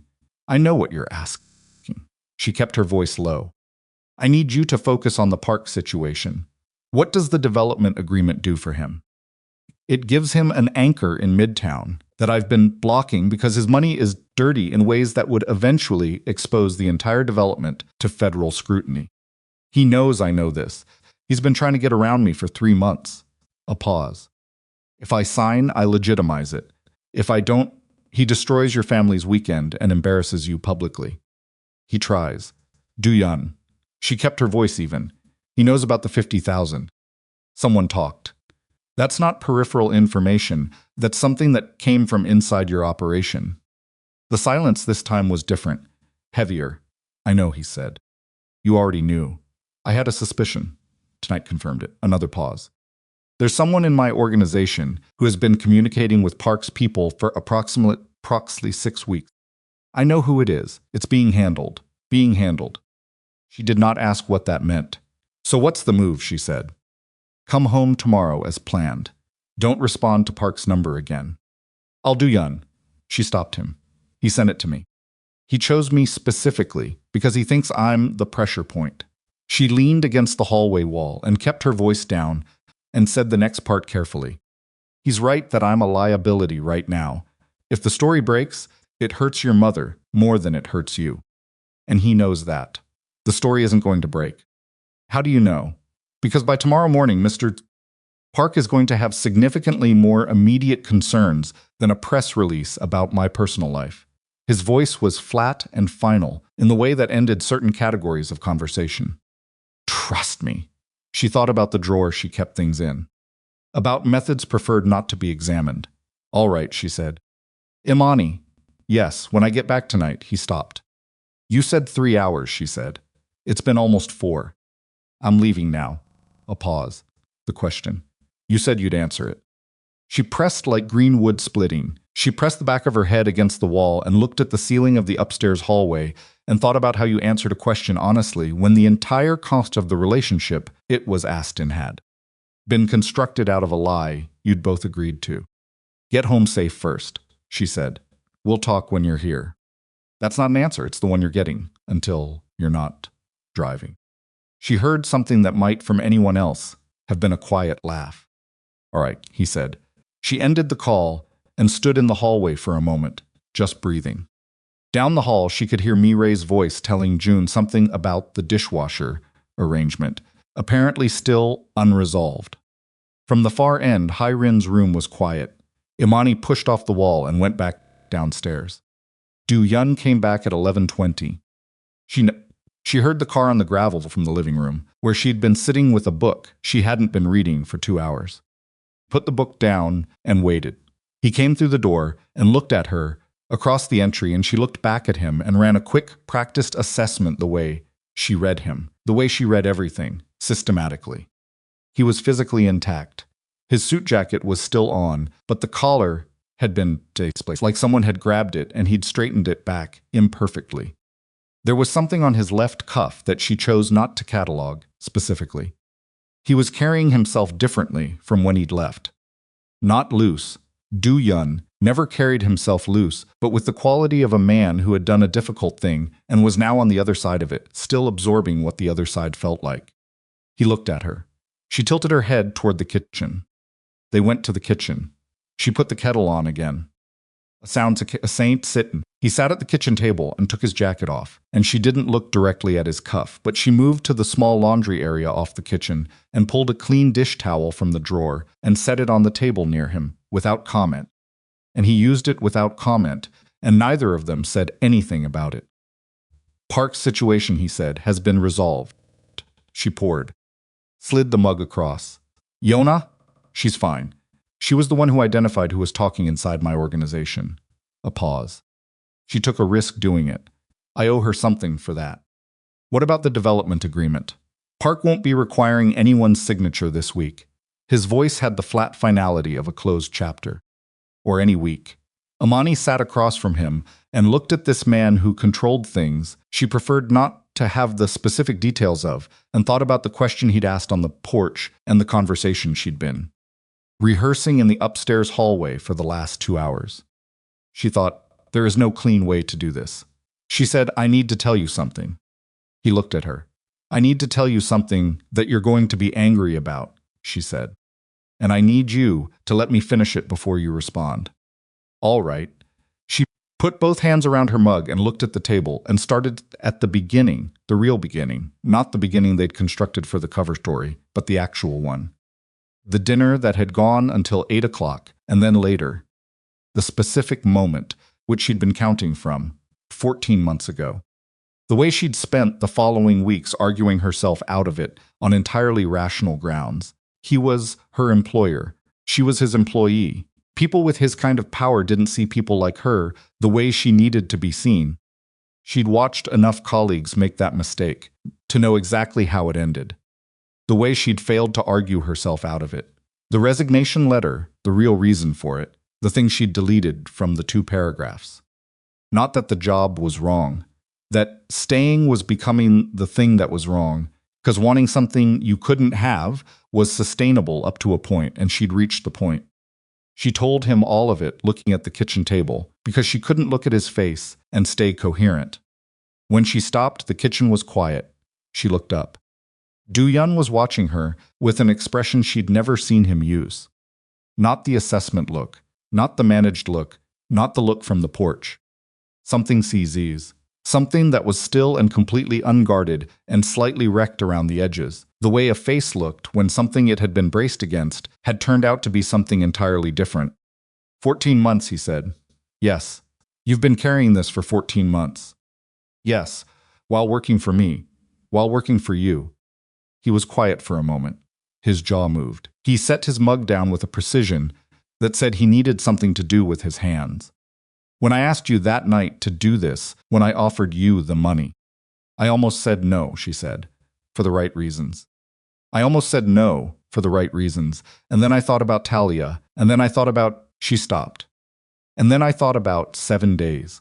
7 days where you could, where I could pretend it was real, she said. Yes. He looked at her steadily. She met it because there was nothing left to hide. I'm telling you this, she said, because Sioa knows something is wrong with the arrangement. Because your mother is too perceptive to keep fooling, and because Park's people knew about the 50,000, which means eventually someone else will know, and I would rather you hear this from me before it becomes information someone else uses. She took a breath. And because you asked me a question on the porch, and I told you I'd answer it, and the honest answer requires this part first. Do-yun stood up. She thought for one terrible second that he was going to walk out, that the thing she'd said was the thing that ended it, the way she'd always known it might end. She stayed very still. He came around the table. He crouched in front of her chair, the way he'd crouched in front of Seowa level with her, close, making himself small in the way that large people made themselves small when they were trying to close the distance between themselves and someone they weren't sure they had the right to reach. Look at me, he said. She looked at him. I hired you to organize my life, he said. I told you I chose you because you'd walk away clean. He stopped. Something moved through his face. That was true, and it was also, he stopped again, seemed to decide against something, and chose instead, I hired you because in the interview, you told me my filing system was irrational and explained why in 3 sentences. And I thought the corner of his mouth moved. I thought, there she is. That's the one. And I told myself I meant professionally. Imani looked at him. I told myself that for 2 years, he said. I was very convincing. The woman I wanted to bring to the Hamptons, he said, was you. Not a version of you. Not a performance of you. He held her eyes. The arrangement was the only mechanism I had available for getting what I actually wanted without having to say it directly. Which is, he made a small, self-aware grimace, probably the most elaborate act of emotional cowardice I've committed since I was 19 years old. Imani stared at him. That's what you're angry about, he said. You should be. I asked you to perform something I should have simply asked you for. I'm not angry, she said. You should be Do-yun. She shook her head. I wrote a resignation letter because I didn't have the courage to tell you the truth either. We are equally ridiculous about this. Something broke loose in his expression. The last managed, controlled, carefully maintained piece of professional distance, it just went. And underneath it was the face of a man who was tired of calculating the cost of things he wanted, and had simply, finally run out of the specific energy that calculation required. Imani, he said. Yes, she said, because she knew what was coming and she was done performing a different answer. Kissed her. Not the way people kissed in the Hamptons garden for an audience. Not the practiced, choreographed version they'd never actually gotten to. The real thing unscripted, slightly off angle, with his hand coming up to her jaw, with a steadiness that was entirely him, entirely the way he did everything he'd fully committed to. She kissed him back. The kitchen was quiet around them. The house was quiet. The Atlantic moved in the dark beyond the lawn, making its steady, indifferent sound, and inside the dead father's kitchen at almost midnight, the fake relationship ended in the place where it had never been fake at all. When they separated, he stayed close. She pressed her forehead briefly against his and breathed. The week's not over, she said. No. We still have the birthday dinner tomorrow. The formal one. Yes. And your mother's question. The one she hasn't asked directly yet. He pulled back slightly. What question? She's going to ask if this is real. Imani looked at him. Not the relationship. She's satisfied about that. She's going to ask about the rest of it. She said she's done being managed. She held his eyes. She's going to want the truth. The kitchen was quiet. Yun looked at her not with calculation, with something that was simply the face of a man deciding what kind of person he wanted to be on the other side of a week that had taken everything he'd built and shaken it to see what held. Then I'll tell her, he said. All of it? Enough. He stood, straightened, the motion carrying the particular weight of a man picking something up rather than putting it down. She said she wants honesty, not the specifics of operations. But he paused. Who you are, how this started, what I owe you for agreeing to something you should have refused. You don't owe me. I asked you to lie to my family for money, he said flatly. And your reason for accepting was not the money. It was he stopped. I owe you the correct version of the story. My mother especially. Imani was quiet for a moment. She's going to be angry, she said. Yes, you specifically. Yes. Good, Imani said and meant it. Something that was fully finally. A smile crossed his face. Brief, real, the kind that didn't calculate its own impact. Stood. They faced each other across the kitchen, with the cold tea between them and the window, showing nothing but their own reflections against the dark outside. Get some sleep, she said. Now you're managing me. I'm always managing you. She picked up her mug. It's what you pay me for. He looked at her for a moment. Is that still what I pay you for? She set the mug in the sink. Ask me again after we talk to your mother. Morning came hard. Imani was awake before 6. Sitting at the window of her guest room, watching the gray pre-dawn light come off the water, going over everything the way she went over everything systematically, one piece at a time. Park situation, resolved by methods she didn't have and didn't want the details of. The text messages, which she'd screenshot and would give to Do-yun's attorney on Monday. Yona Cho, who had walked into this weekend as an antagonist, and walked out, she suspected as something more complicated. A woman who'd made her own calculations and arrived at a conclusion that wasn't loyalty exactly, but was adjacent to it. The person inside Do-yun's organization who'd been talking to Park. She thought about that one, and then let it go, because there were categories of resolution she was better served not knowing. And this was one of them. She thought about the kitchen, about the way he'd come around the table and crouched in front of her and said, "Look at me," in a voice that nothing like the voice he used to run boardrooms and end careers. She thought, this is real now. She thought, this is real. And I have no idea what that means past the end of this week. And I am going to have to figure that out in real time. Because there is no brief for it, no timeline we constructed, no rehearsed answer. The thought was terrifying. The terror felt, underneath everything, like something she'd been waiting for. The formal birthday dinner was Sunday at 2. Hai-rin had been cooking since 8. The house filled with smells that were dense and particular dishes that meant something. Not just food, but the specific language of a woman who communicated love through labor. Extended family arrived in waves through the morning. Aunts, cousins, a great uncle who was 91 and small and sharp-eyed, and who took one look at Imani when Do-yun introduced her and said something in Korean that made Mireille cover her mouth. What did he say, Imani? Asked Mireille quietly. Mireille was still covering her mouth. He said roughly finally, someone with sense enough to handle him. I'll take it, Imani said. The table was set for 16. Imani helped carry things from the kitchen. She refilled glasses and translated between Mireille's children's questions and Hai-rin's answers and the particular needs of a table with 4 generations at it. She did these things because they needed doing, and because doing them was the thing that felt most honest, not performing love, not staging warmth, just being useful in a house that needed someone who knew how to be useful. Do-yun watched her from across the table, with that look the one she'd been cataloging for 14 months and could now name. After the main course, after the birthday cake, after Somi had gotten frosting on the great uncle, and he had been more delighted than offended, Hai-rin set down her fork and looked at her son.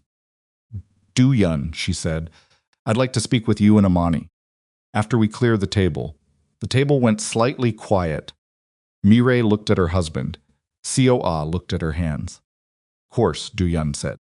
They sat in the small sitting room off the library while the rest of the families dispersed the children to the yard, the adults to the living room with wine and the collective good sense to give the 3 of them space.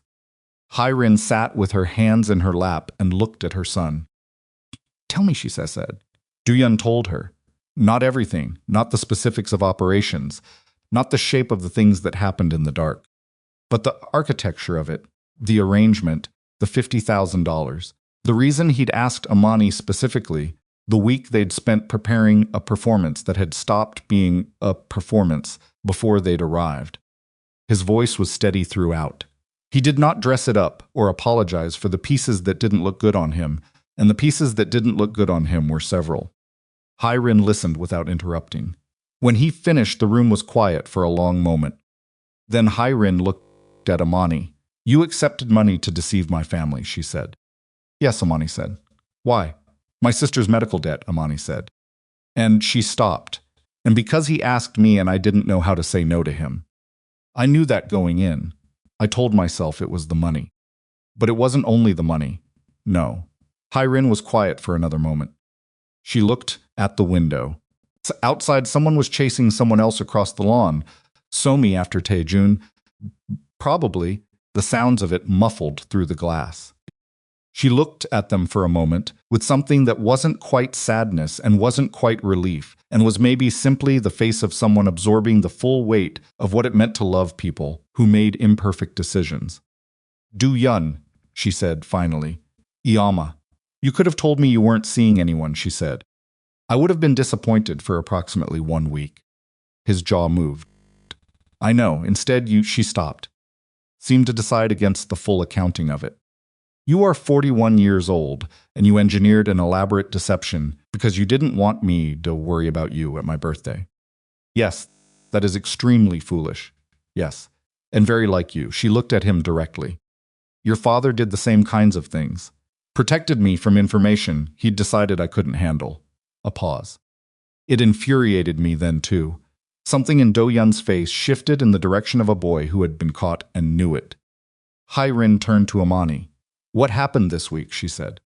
"Between you and my son. Was any of that true?" "All of it," Imani said. "What you saw, the way he looked at me, the way I looked at him, we didn't manufacture that. We tried to manufacture it for the cover, and it turned out it was already there." Hyrin studied her for a long moment. "You love him," she said. "Not a question." Imani held the woman's eyes. "Yes." Even knowing, Hyrin gestured vaguely, encompassing the shape of her son's life, all the parts that lived in the preferred not-to-examine drawer. "All of it. I've known the shape of it for 2 years," Imani said. "I've had a long time to decide how I feel about it." Hyrin looked at her son. "And you, Do-yun, met his mother's eyes?" "Yes," he said simply. Hyrin sat with that for a moment. Then she reached over and took Imani's hand in both of hers, the hold, the warmth, the same gesture as the first morning, but with something different in the weight of it. Something that had passed through a hard place and come out the other side. You should have just told me you wanted to bring someone you cared about," she said to Do-yun, without looking away from Imani. "I would have said yes immediately." Do-yun opened his mouth. "I know," Hyrin said, before he could speak. "You were afraid. You have been afraid of exactly this kind of thing for 8 years. She released Imani's hand and looked at her son with the specific, clear-eyed love of a woman who has watched someone carry a wound for a long time and has run out of patience for the carrying. "I'm telling you now, you don't have to be afraid of this one." The sitting room was very quiet. Outside, someone laughed Mireille. From the sound of it, the particular delighted sound of someone who had been told something they'd been hoping to hear. Do-yun looked at his mother and then at Imani, and then at some middle point between them. That was probably just the space where 2 separate things had become one thing. And his face did the thing it had done in the kitchen, the last piece of careful management releasing, the underneath showing through. "I know," he said. His voice was very quiet. "I'm starting to understand that." Hyrin stood. She smoothed her dress in the practical, forward motion gesture of a woman who had done what needed doing and was ready for what came next. "Good," she said. "Now, there's still birthday cake, and Mireille has been outside that door for approximately 10 minutes pretending she's not listening." She walked to the door and opened it. Mireille was, in fact, outside the door. Her expression combined guilt and zero remorse in roughly equal measure. Behind her, June stood with the patient look of a man who had tried to keep his wife from eavesdropping and accepted his own failure. "How long?" Hyrin said. "Since the arrangement," Mireille said immediately. "Mireille, Iyama, I was very quiet. You were not even slightly quiet." Hyrin looked at her daughter with simple exasperation and absolute love. "Come have cake." She went down the hall. Mireille looked into the sitting room at her brother and at Imani, and her face was doing the thing it did when she had entirely too many feelings at once and was trying to decide which one to lead with. She pointed at Do-yun. "You," she said, "are the most complicated person I have ever loved." "I know," he said. She pointed at Imani. "And you," she stopped. Seemed to find the word. "Thank you," she said, "for staying." Then she followed her mother. June lingered a moment, looked at them both, with the small, wry nod of a man who understood complicated family situations from the inside, and followed his wife. Do-yun and Imani sat in the sitting room alone for a moment. "Well, yes," he said. "Your mother is a formidable woman. She's the most formidable person I know." He looked at her. "You held your own. I told her the truth," Imani said. "It's easier. I'm aware." His jaw moved. "I'm working on it." She looked at him, this man, sitting in his dead father's sitting room on his mother's birthday weekend, jacket off, with something on his left cuff she'd already decided never to mention, and a scar on his jaw she'd stopped herself from asking about 40 times, and was now privately deciding she'd ask about, eventually, when the time was right. She thought, there will be time. The thought arrived differently than thoughts of that kind had arrived before. Not careful, not rationed, simply present. "Cake," she said. He looked at her. "Cake. Mireille made it, apparently. I was in the kitchen when Imani." She looked at him. He stood and crossed the room and took her face in both hands in the particular way that had no professional distance in it whatsoever, and kissed her in the quiet of the sitting room, with the sounds of the family reassembling in the hallway beyond. The door and the winter light coming through the window behind them, and the ocean making its steady sound in the distance. When he pulled back, his forehead came to rest against hers, the way it had in the kitchen. "After this week," he said, "yes, we need to talk about what comes next." "I know, the work situation." "The Do-yun," she said. "Cake first." He exhaled, something in it that was tired and real and fractionally genuinely amused. "Cake first," he agreed. They went out to find his family, and through the sitting room window, the winter Atlantic moved gray and wide under the late afternoon sky, indifferent, as always, to the small human businesses of people deciding, finally, to stop being afraid of the things they most wanted. They drove back to Manhattan on Monday morning, in a quiet that was entirely different from the quiet on the way out. The way out had been the silence of two people managing the distance between them. This was the silence of two people who had said the things that needed saying, and were now sitting with the weight and the relief of having said them. The particular exhaustion that follows a long time of not saying something finally over. Do-yun drove. Imani watched the Hamptons give way to Long Island give way to Queens give way to the city rising in the gray January morning, like something that had been waiting for them to come back and deal with it. She had Talia's face in her mind, the conversation she needed to have, the pieces of the week that belonged to her sister before they belonged to anyone else. She had also the resignation letter still in her coat pocket. She'd checked that morning. Still there, still folded in half the way she'd folded it in his office 6 days ago. She'd stood in the guest room with it in her hand and thought about putting it in the trash can, and decided not to yet. Not because she still intended to resign, she didn't, not in the same way, not for the same reasons, but because she wanted to do it properly, on her terms, when she'd had time to think through what the terms were. There was the professional situation, which was genuinely complicated. She was his executive assistant. That fact had not changed because they'd kissed in the kitchen and told his mother the truth. Power differential was real, and the potential for it to become corrosive was real. And she was 34 years old and had watched enough people mistake proximity for equality to know that the distinction mattered. She'd told him as much briefly on the porch on Monday morning before they loaded the car. He'd listened. Not in the way people listened when they were waiting for you to finish. In the way he listened to her, specifically fully, without the impulse to manage the information toward a conclusion he'd already reached. "You're right," he'd said. "The structure needs to change. I'm not asking you to restructure your organization around. I'm not doing it for that reason." He'd put the last bag in the trunk. "I've been meaning to expand the executive function for 8 months. Kept putting it off." He'd looked at her over the top of the car. I was putting it off because I didn't want to change what we had. She'd looked back at him. Which was what, exactly? An excuse to be in the same room as you every day. He'd said it, without flinching, with the specific directness of a man who had decided he was done being indirect about this particular category of thing. I'm aware of how that sounds. It sounds honest, she'd said. It sounds like something I should have dealt with 18 months ago. 14, she'd said, the corner of his mouth. 14. They'd gotten in the car and driven, and now the city was coming up around them. And Imani was thinking that needed handling in the ordinary world. The world that had continued its ordinary business while they'd been in the Hamptons. And she was thinking that the ordinary world was actually fine. That she could manage it. That the version of herself coming back to it was not the same version that had left. And that was also fine, and maybe more than fine. I need to go to Talia first, she said, before anything else. Of course, she's going to have opinions. About everything. Imani looked at him. She's 29, and she's been watching me not deal with this for a year, and she has a lot of stored observations. Should I be concerned? You should be prepared. She turned back to the window.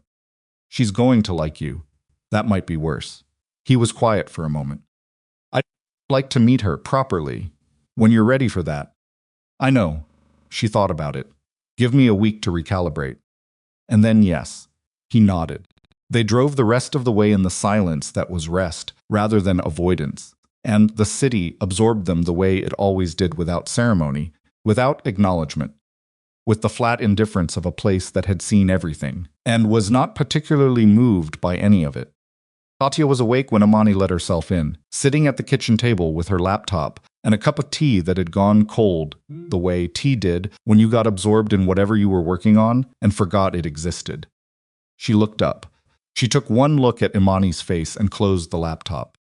Sit down, she said. I'll make fresh tea. Imani sat.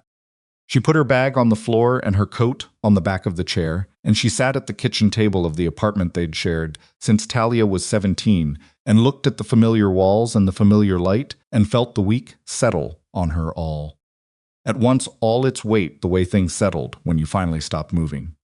Talia put 2 mugs on the table and sat across from her. Tell me, she said. Imani told her. She told her the way she'd told Do-yun, the night for, not the cover version, the real one. The 14 months, the letter, the 50,000. The week as it had actually been, not the week she'd planned for. Hai-rin and Mi-ray and Seo-ah and the photograph and Park's text and the kitchen action at midnight in the sitting room and his mother's hands over hers.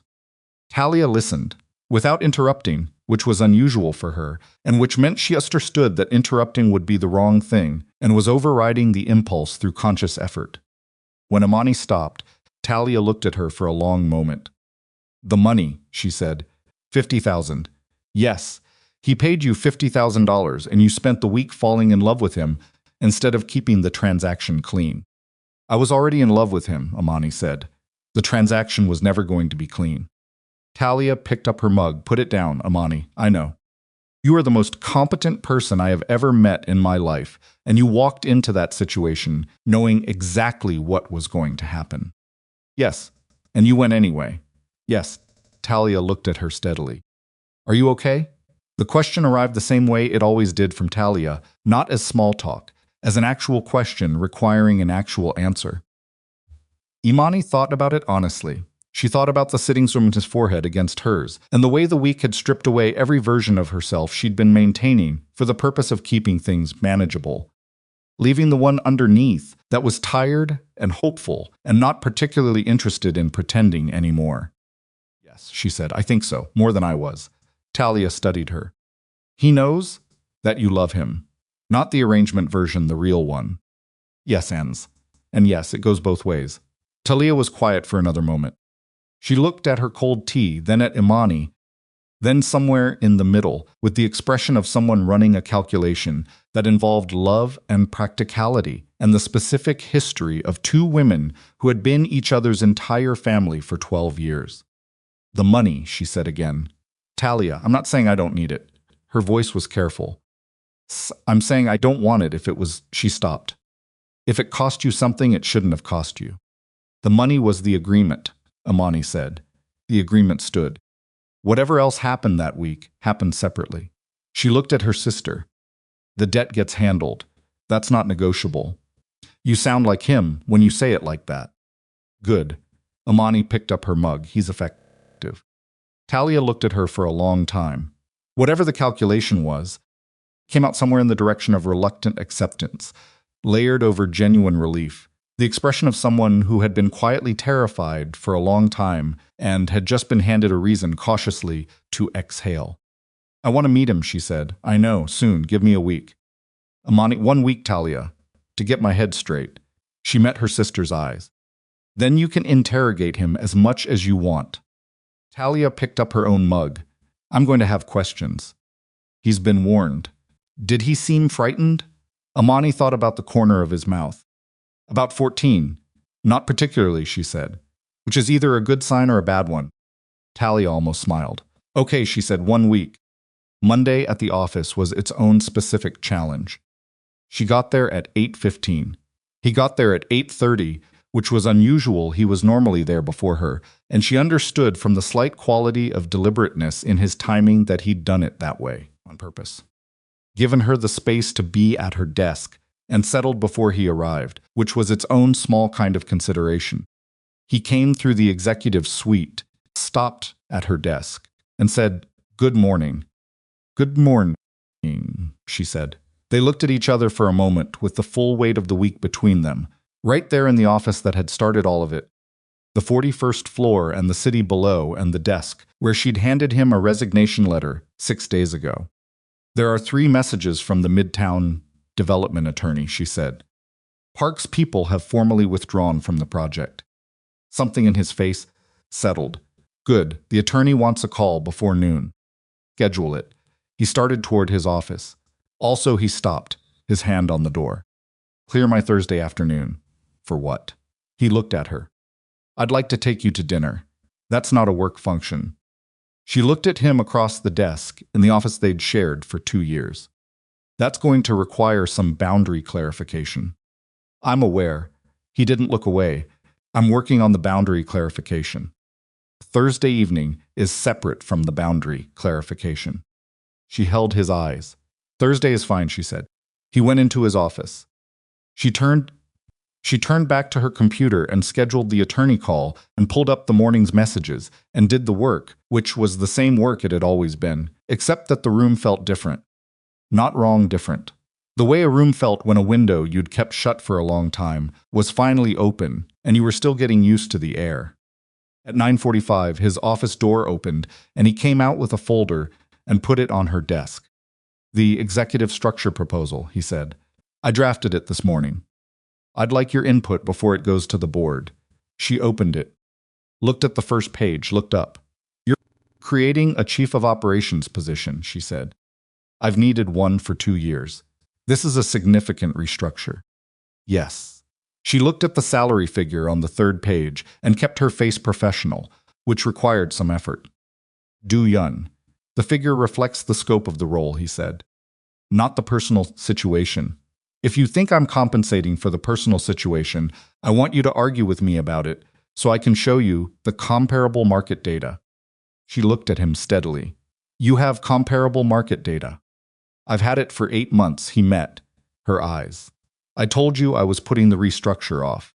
She looked back at the folder, at the scope of what he was proposing, the operational responsibilities, the reporting structure, the formal authority she'd been exercising, informally, for 2 years. The market data, which she pulled up on her computer in under a minute and found, to her measured irritation, was accurate. I'll need to review this properly, she said. Of course. And I'll have questions. I expect that. And if my questions identify problems with the proposal, I'll tell you. I'd be concerned if you didn't. He went back to his office. Take the morning. The attorney calls at 11:30. She looked at the folder. She thought, he had this ready. She thought, 8 months. She thought about a man who had engineered an elaborate deception to bring her to the Hamptons, rather than simply say what he felt, who had simultaneously been sitting on a structural proposal for 8 months that addressed the professional problem he'd never acknowledged out loud. She thought, He's been managing this longer than I knew. She thought, so have I. She went back to work. The week moved. The attorney calls, the restructure review, the normal apparatus of the professional life, reassembling around the changed shape of what was underneath it. Do-yun was careful in the office in the ways that mattered, not cold, not performatively professional, but clearly aware of the distinction between the space they occupied together at work and the space that was being built outside it, and careful about which things belonged where.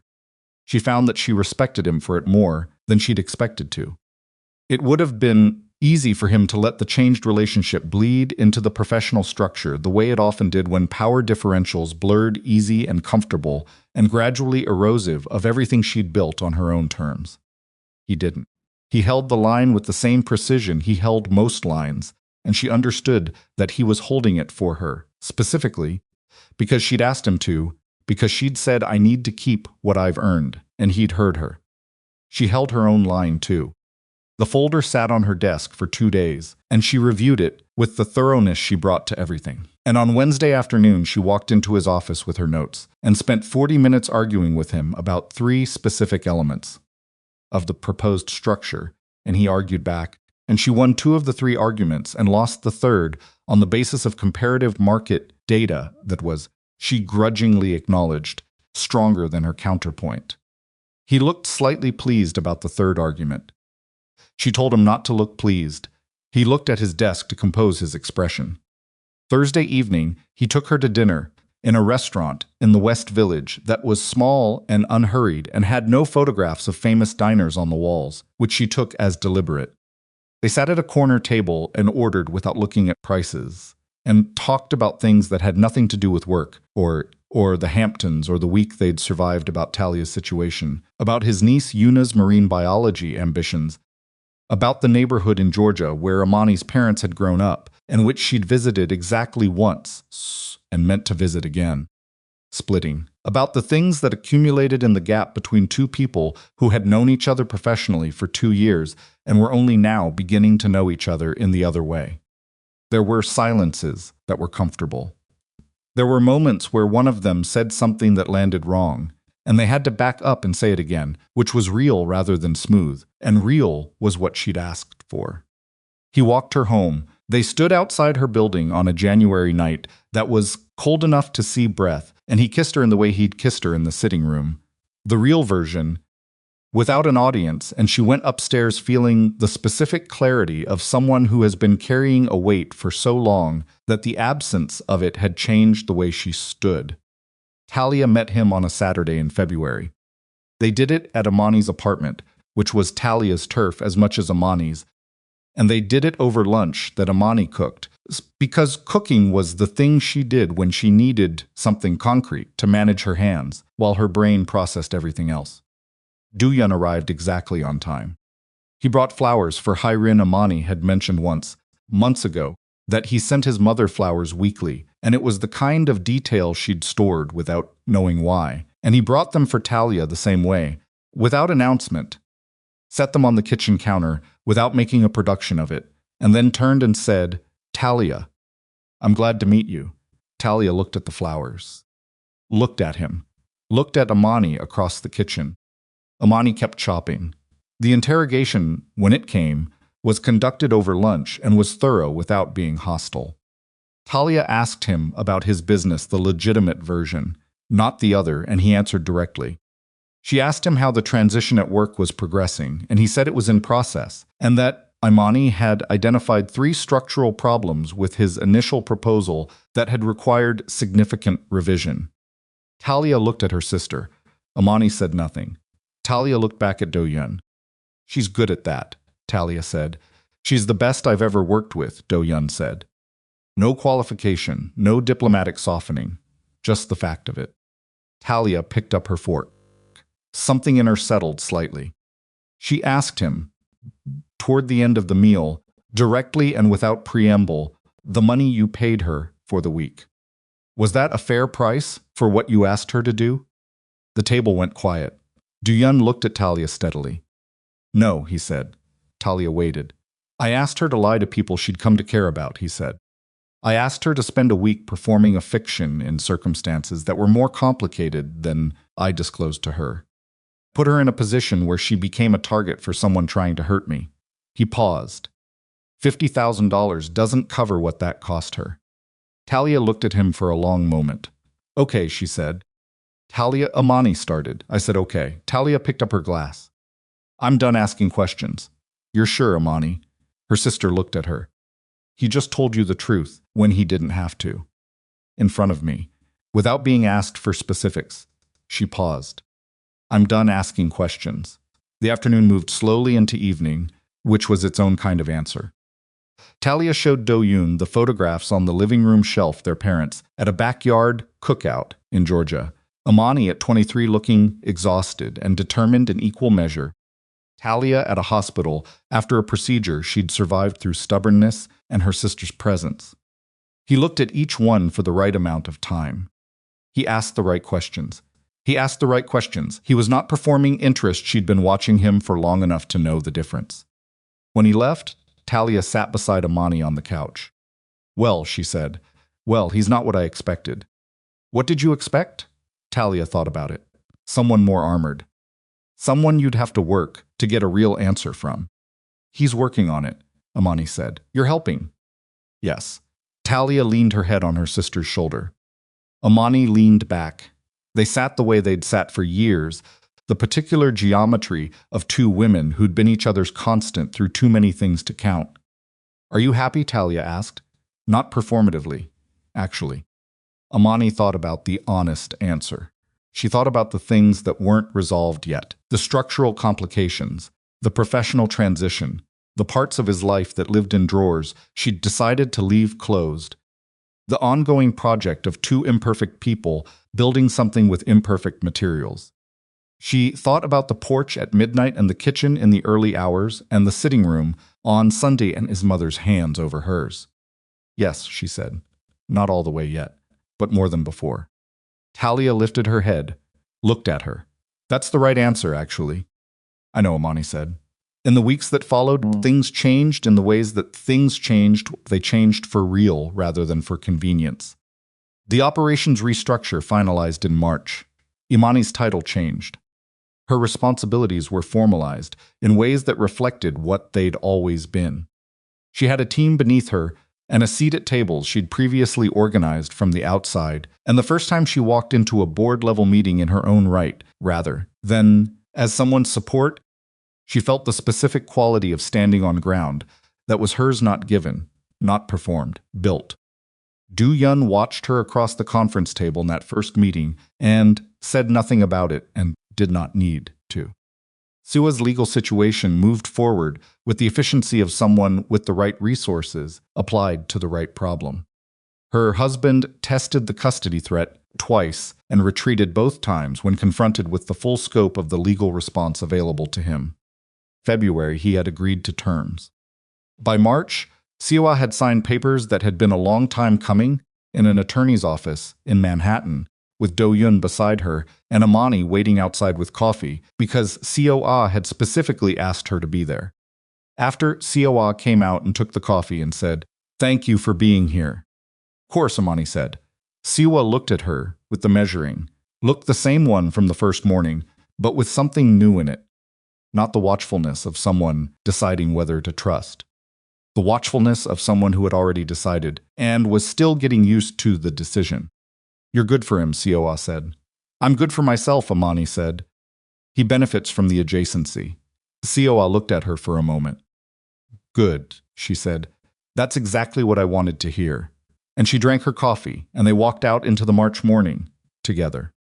Mireille called from the car on the way home from COA's signing to say she'd heard it was done and had proceeded to outline in considerable detail her opinions about where things stood with Do-yun and Imani and what she hoped was coming next.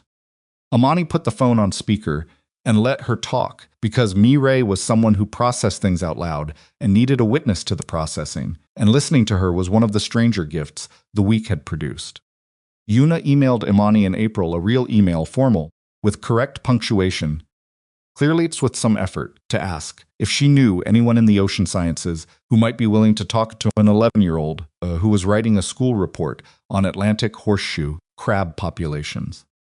Imani spent 45 minutes on the phone with a contact at the Marine Biology Institute at Columbia and got Yuna an interview with a researcher who had spent 20 years studying Atlantic coast ecosystem health. Yuna sent a follow-up email that said, "Thank you. The interview was extremely useful." "Do-yun says you know everyone," Imani replied. "I know how to find people." "That's different," Yuna replied, after a pause that suggested consultation. "He says that's the same thing." She showed Do-yun the exchange. He read it with that look, the one that fully went when it came to his family. All the calculation gone, just warmth. "She's going to be a serious scientist," he said. "She's already a serious scientist," Imani said. "She's 11. The degree is a formality." The person inside Do-yun's organization, who had been talking to Park, was dealt with in March, quietly, in ways Imani didn't have the specifics of. She knew it was done because of the quality of Do-yun's expression on a Tuesday morning, the particular release of tension that followed a problem being fully closed. She didn't ask. He didn't offer. They had reached, by then, a steady working understanding of which drawers stayed closed and which ones could be opened in the presence of the other, and both of them had gotten more careful about labeling the drawers. Yana Cho sent Imani a message in February. It arrived through a formal channel, not personal, through the company address, and it said only, "I understand a restructure is underway. I wanted to be clear that the arrangement I had with the previous structure is concluded. I'm grateful for how the situation in January was handled." Then her contact information. Imani read it twice. She forwarded it to Do-yun with a single line. "This came in." He replied, "I know. She told me she was sending it." She sat with that for a moment. Then she filed it in the appropriate place and moved on, because Yona Cho was a complicated person who had done a complicated thing in a complicated situation, which described the majority of the people who had populated this winter, and Imani was not in the business of simple verdicts. The $50,000 went into Talia's medical debt in March, in 2 installments chosen to be maximally efficient based on the interest structures of the outstanding balances. Talia's response was to burst into tears at the kitchen table, which she immediately became furious about, and Imani sat beside her and let her be furious about it and said nothing, because there was nothing to say. "I hate that it took this," Talia said. "I hate that you had to." "I didn't have to do anything," Imani said. "I made a decision. You made it for me. I made it for several reasons." She looked at her sister. "One of them was you. One of them was me." The proportion shifted as the week went on. She paused. "I'm not sorry about how it went." Talia wiped her face with her sleeve, which she'd been doing since she was 17, and which she'd never become self-conscious about. "Are you sure?" "Completely. Because Talia." Imani put her hand over her sister's on the table. "I'm sure." Talia looked at their hands. "Okay," she said. "Okay." The spring came in slow, the way New York springs always did, not all at once, but in increments. In the occasional warm afternoon between cold mornings, in the particular quality of the light changing over the city. Imani walked to work some mornings instead of taking the train, because she'd started doing that in February, when she needed to think, and had kept doing it when the thinking was done, just because she liked it. She thought on those walks about the woman who had handed a resignation letter under a door at 11:43 on a Friday night. She thought about how that woman had been tired and in love, and trying to protect herself from both, and had packed the two things into sepaksatement in her mind and called the first one a reason, second one a risk, and tried to manage accordingly. She thought the management was exhausting. She thought this is better. Not easier, not resolved into simplicity. Do-yun was a complicated man with a complicated life, and she'd known that going in, and she knew it more completely now, with more specific information than she'd had before, and she'd arrived at the same place she'd always arrived with it, a decision to stay that was made, with her eyes open, and her expectations calibrated, and her self-respect intact. That last part mattered. It was the part she'd been most afraid of losing. It was the part she understood, now, that he'd never actually wanted from her. He'd wanted the real thing. He just hadn't known how to ask for it without the machinery. She'd wanted the real thing, too. They were, it turned out, very similar in the ways that made them difficult, and very complementary in the ways that made them functional, and the combination was not frictionless. Nothing real was frictionless, but it was honest. And honest was the thing she'd needed more than ease. Christmas came to the Hamptons estate. The way Christmas came to places that had held family for decades, weighted with accumulated memory, particular in its rituals. The kind of holiday that has its own specific grammar built over years. Hai-rin had been cooking for 2 days. Mi-rae had decorated with the decisive aesthetic confidence of someone who had strong opinions about where ornaments should go and was not interested in consensus. Seoa's children had been given a contained role in the decoration process and had exceeded their vandate significantly, and the great uncle of 91 sat in the armchair by the window and observed the whole operation with visible satisfaction. Imani arrived with Do-yun on the 23rd. Talia came on the 24th, driven out by Mi-rae's husband Jun, who had insisted, with the gentle implacability of a man who understood that the right thing and the convenient thing were often not the same, and defaulted consistently to the right one. Talia and Mi-rae met in the kitchen, and within 20 minutes were deeply involved in conversations about something Imani couldn't hear, but that produced laughter at intervals, which was its own complete sentence. Hai-rin took both of Talia's hands when they were introduced, the same hold, the same warmth, and Talia looked at Imani over the older woman's head with an expression that said, "I understand now. I fully understand." Christmas Eve was the kind of evening that existed outside ordinary time, the particular suspension of a house full of people who had chosen to be together and were allowing themselves the temporary luxury of nothing needing to be solved. The children made noise. The adults made food. The great uncle fell asleep in the armchair and woke up to announce opinions about the dessert selection that no one had asked for, and everyone was glad to hear. Do-chun sat beside Imani on the porch after dinner with 2 cups of coffee and the winter Atlantic visible as a darkness beyond the lit lawn, and he was quiet in the good way. The way that meant he was simply there rather than somewhere else inside his own machinery. She looked at the ring on her left hand. He had asked her on the beach. Not on Christmas Eve, she would have found the timing too considered, too staged. He'd done it on a Thursday afternoon in November, when they'd driven out for no reason she'd been able to identify, parked the car, walked to the water, and he'd stopped and turned to her on the winter shoreline with the particular quality of stillness that meant something was coming. He'd said, "I want to ask you something that isn't a business proposition." She'd looked at him. "No arrangement," he said, "no terms. No structure to protect either of us from what it means." He'd looked at her steadily in the way that had no professional distance left in it. Just the question, directly. And then he'd asked it. She'd stood on the winter shoreline for a moment, with the wind coming off the Atlantic and the sound of the water, and the very specific quality of knowing something is real because it is completely unfinished and uncertain and not smooth in any of its edges, and she'd thought, this is what it feels like. She'd thought not the versions you tell yourself when you're trying to make it bearable. The actual thing, she'd said yes, not because it resolved anything cleanly, not because his life had become uncomplicated, or her position had become unambiguous, or the future had become legible in the way futures were not. Because she was 34 years old and she'd spent enough of her life managing things carefully to know that careful management was not the same as living.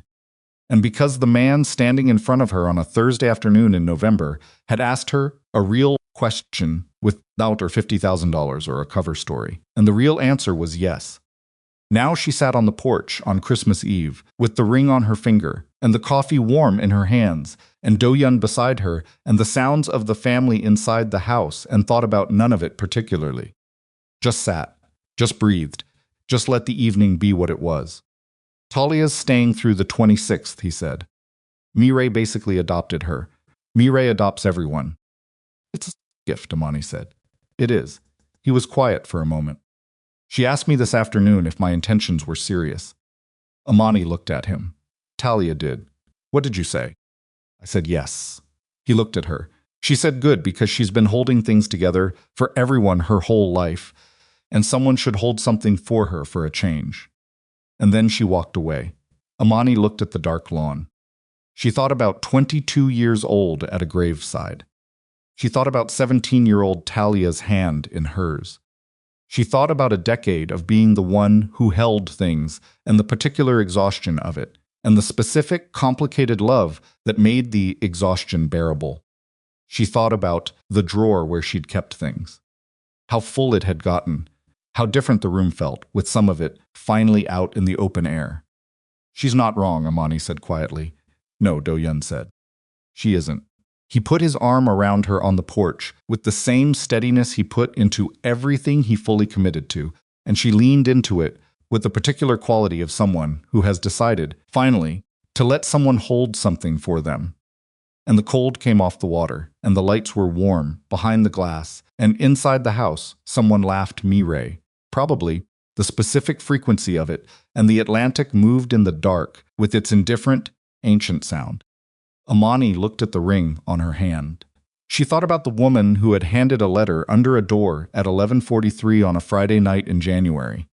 The woman who had folded it in half and put it in her coat pocket because she didn't trust herself to tear it up yet. The woman who had accepted $50,000 to spend a week pretending that the man who terrified her professionally also loved her, because pretending was the closest she'd known how to get to something she'd already given up on being true. She thought, "Look where pretending got you." She thought, all the way here. The ring caught the light from the house windows.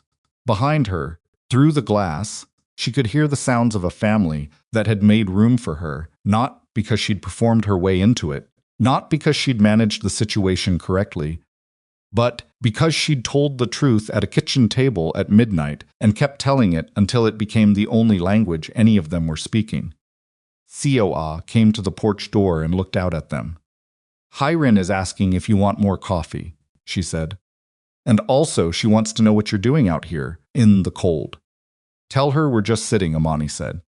Sioa, both for a moment, with the measuring look that wasn't measuring anymore that had become, over the course of many months, and a divorce and a kitchen table, and 2 cups of coffee at midnight, something that was simply seeing. "I'll tell her," she said, and went back inside. Do-yun looked at Imani. She looked back at him. The kind of looking that didn't need to become anything else. That was complete as itself. "Come inside when you're ready," he said. "A few more minutes." He stood, went to the door, stopped. "Imani." She looked up. "Thank you," he said, for answering. She knew he meant the porch in January, the question she'd said she'd answer when he got back, and then answered in a kitchen, sitting across a table with her hands around a mug, and 14 months of not saying it finally over. She knew he also meant the Thursday in November on the shoreline, and the sitting room on Sunday, and the attorney's office in March, and the walks to work, and the board meetings, and the conversation with Talia in the Crown Heights apartment, and all the small mornings that had accumulated since into the shape of something that was not a performance of life, but the actual thing. "You asked the right questions," she said. Eventually. Corner of his mouth. Eventually, he went inside. She sat alone on the porch for a few minutes more, just her and the winter Atlantic and the cold, clean air and the sounds of the family through the warm glass behind her, and she thought about nothing in particular, except that she was here, and that she had chosen to be here, and that the choosing had cost her something, and given her something, and that the accounting came out, she thought, squarely on the right side. No. She looked at the ring one more time. Then she got up and went inside, where it was warm, where the family was waiting. Her sister was laughing at Mireille, had said with the specific delight of someone who had been given back a future she'd stopped being certain about, and where the man she loved was standing in the kitchen doorway, watching her come in from the cold, with an expression she no longer needed to catalog because she finally knew exactly what it was. She crossed the room. She came home.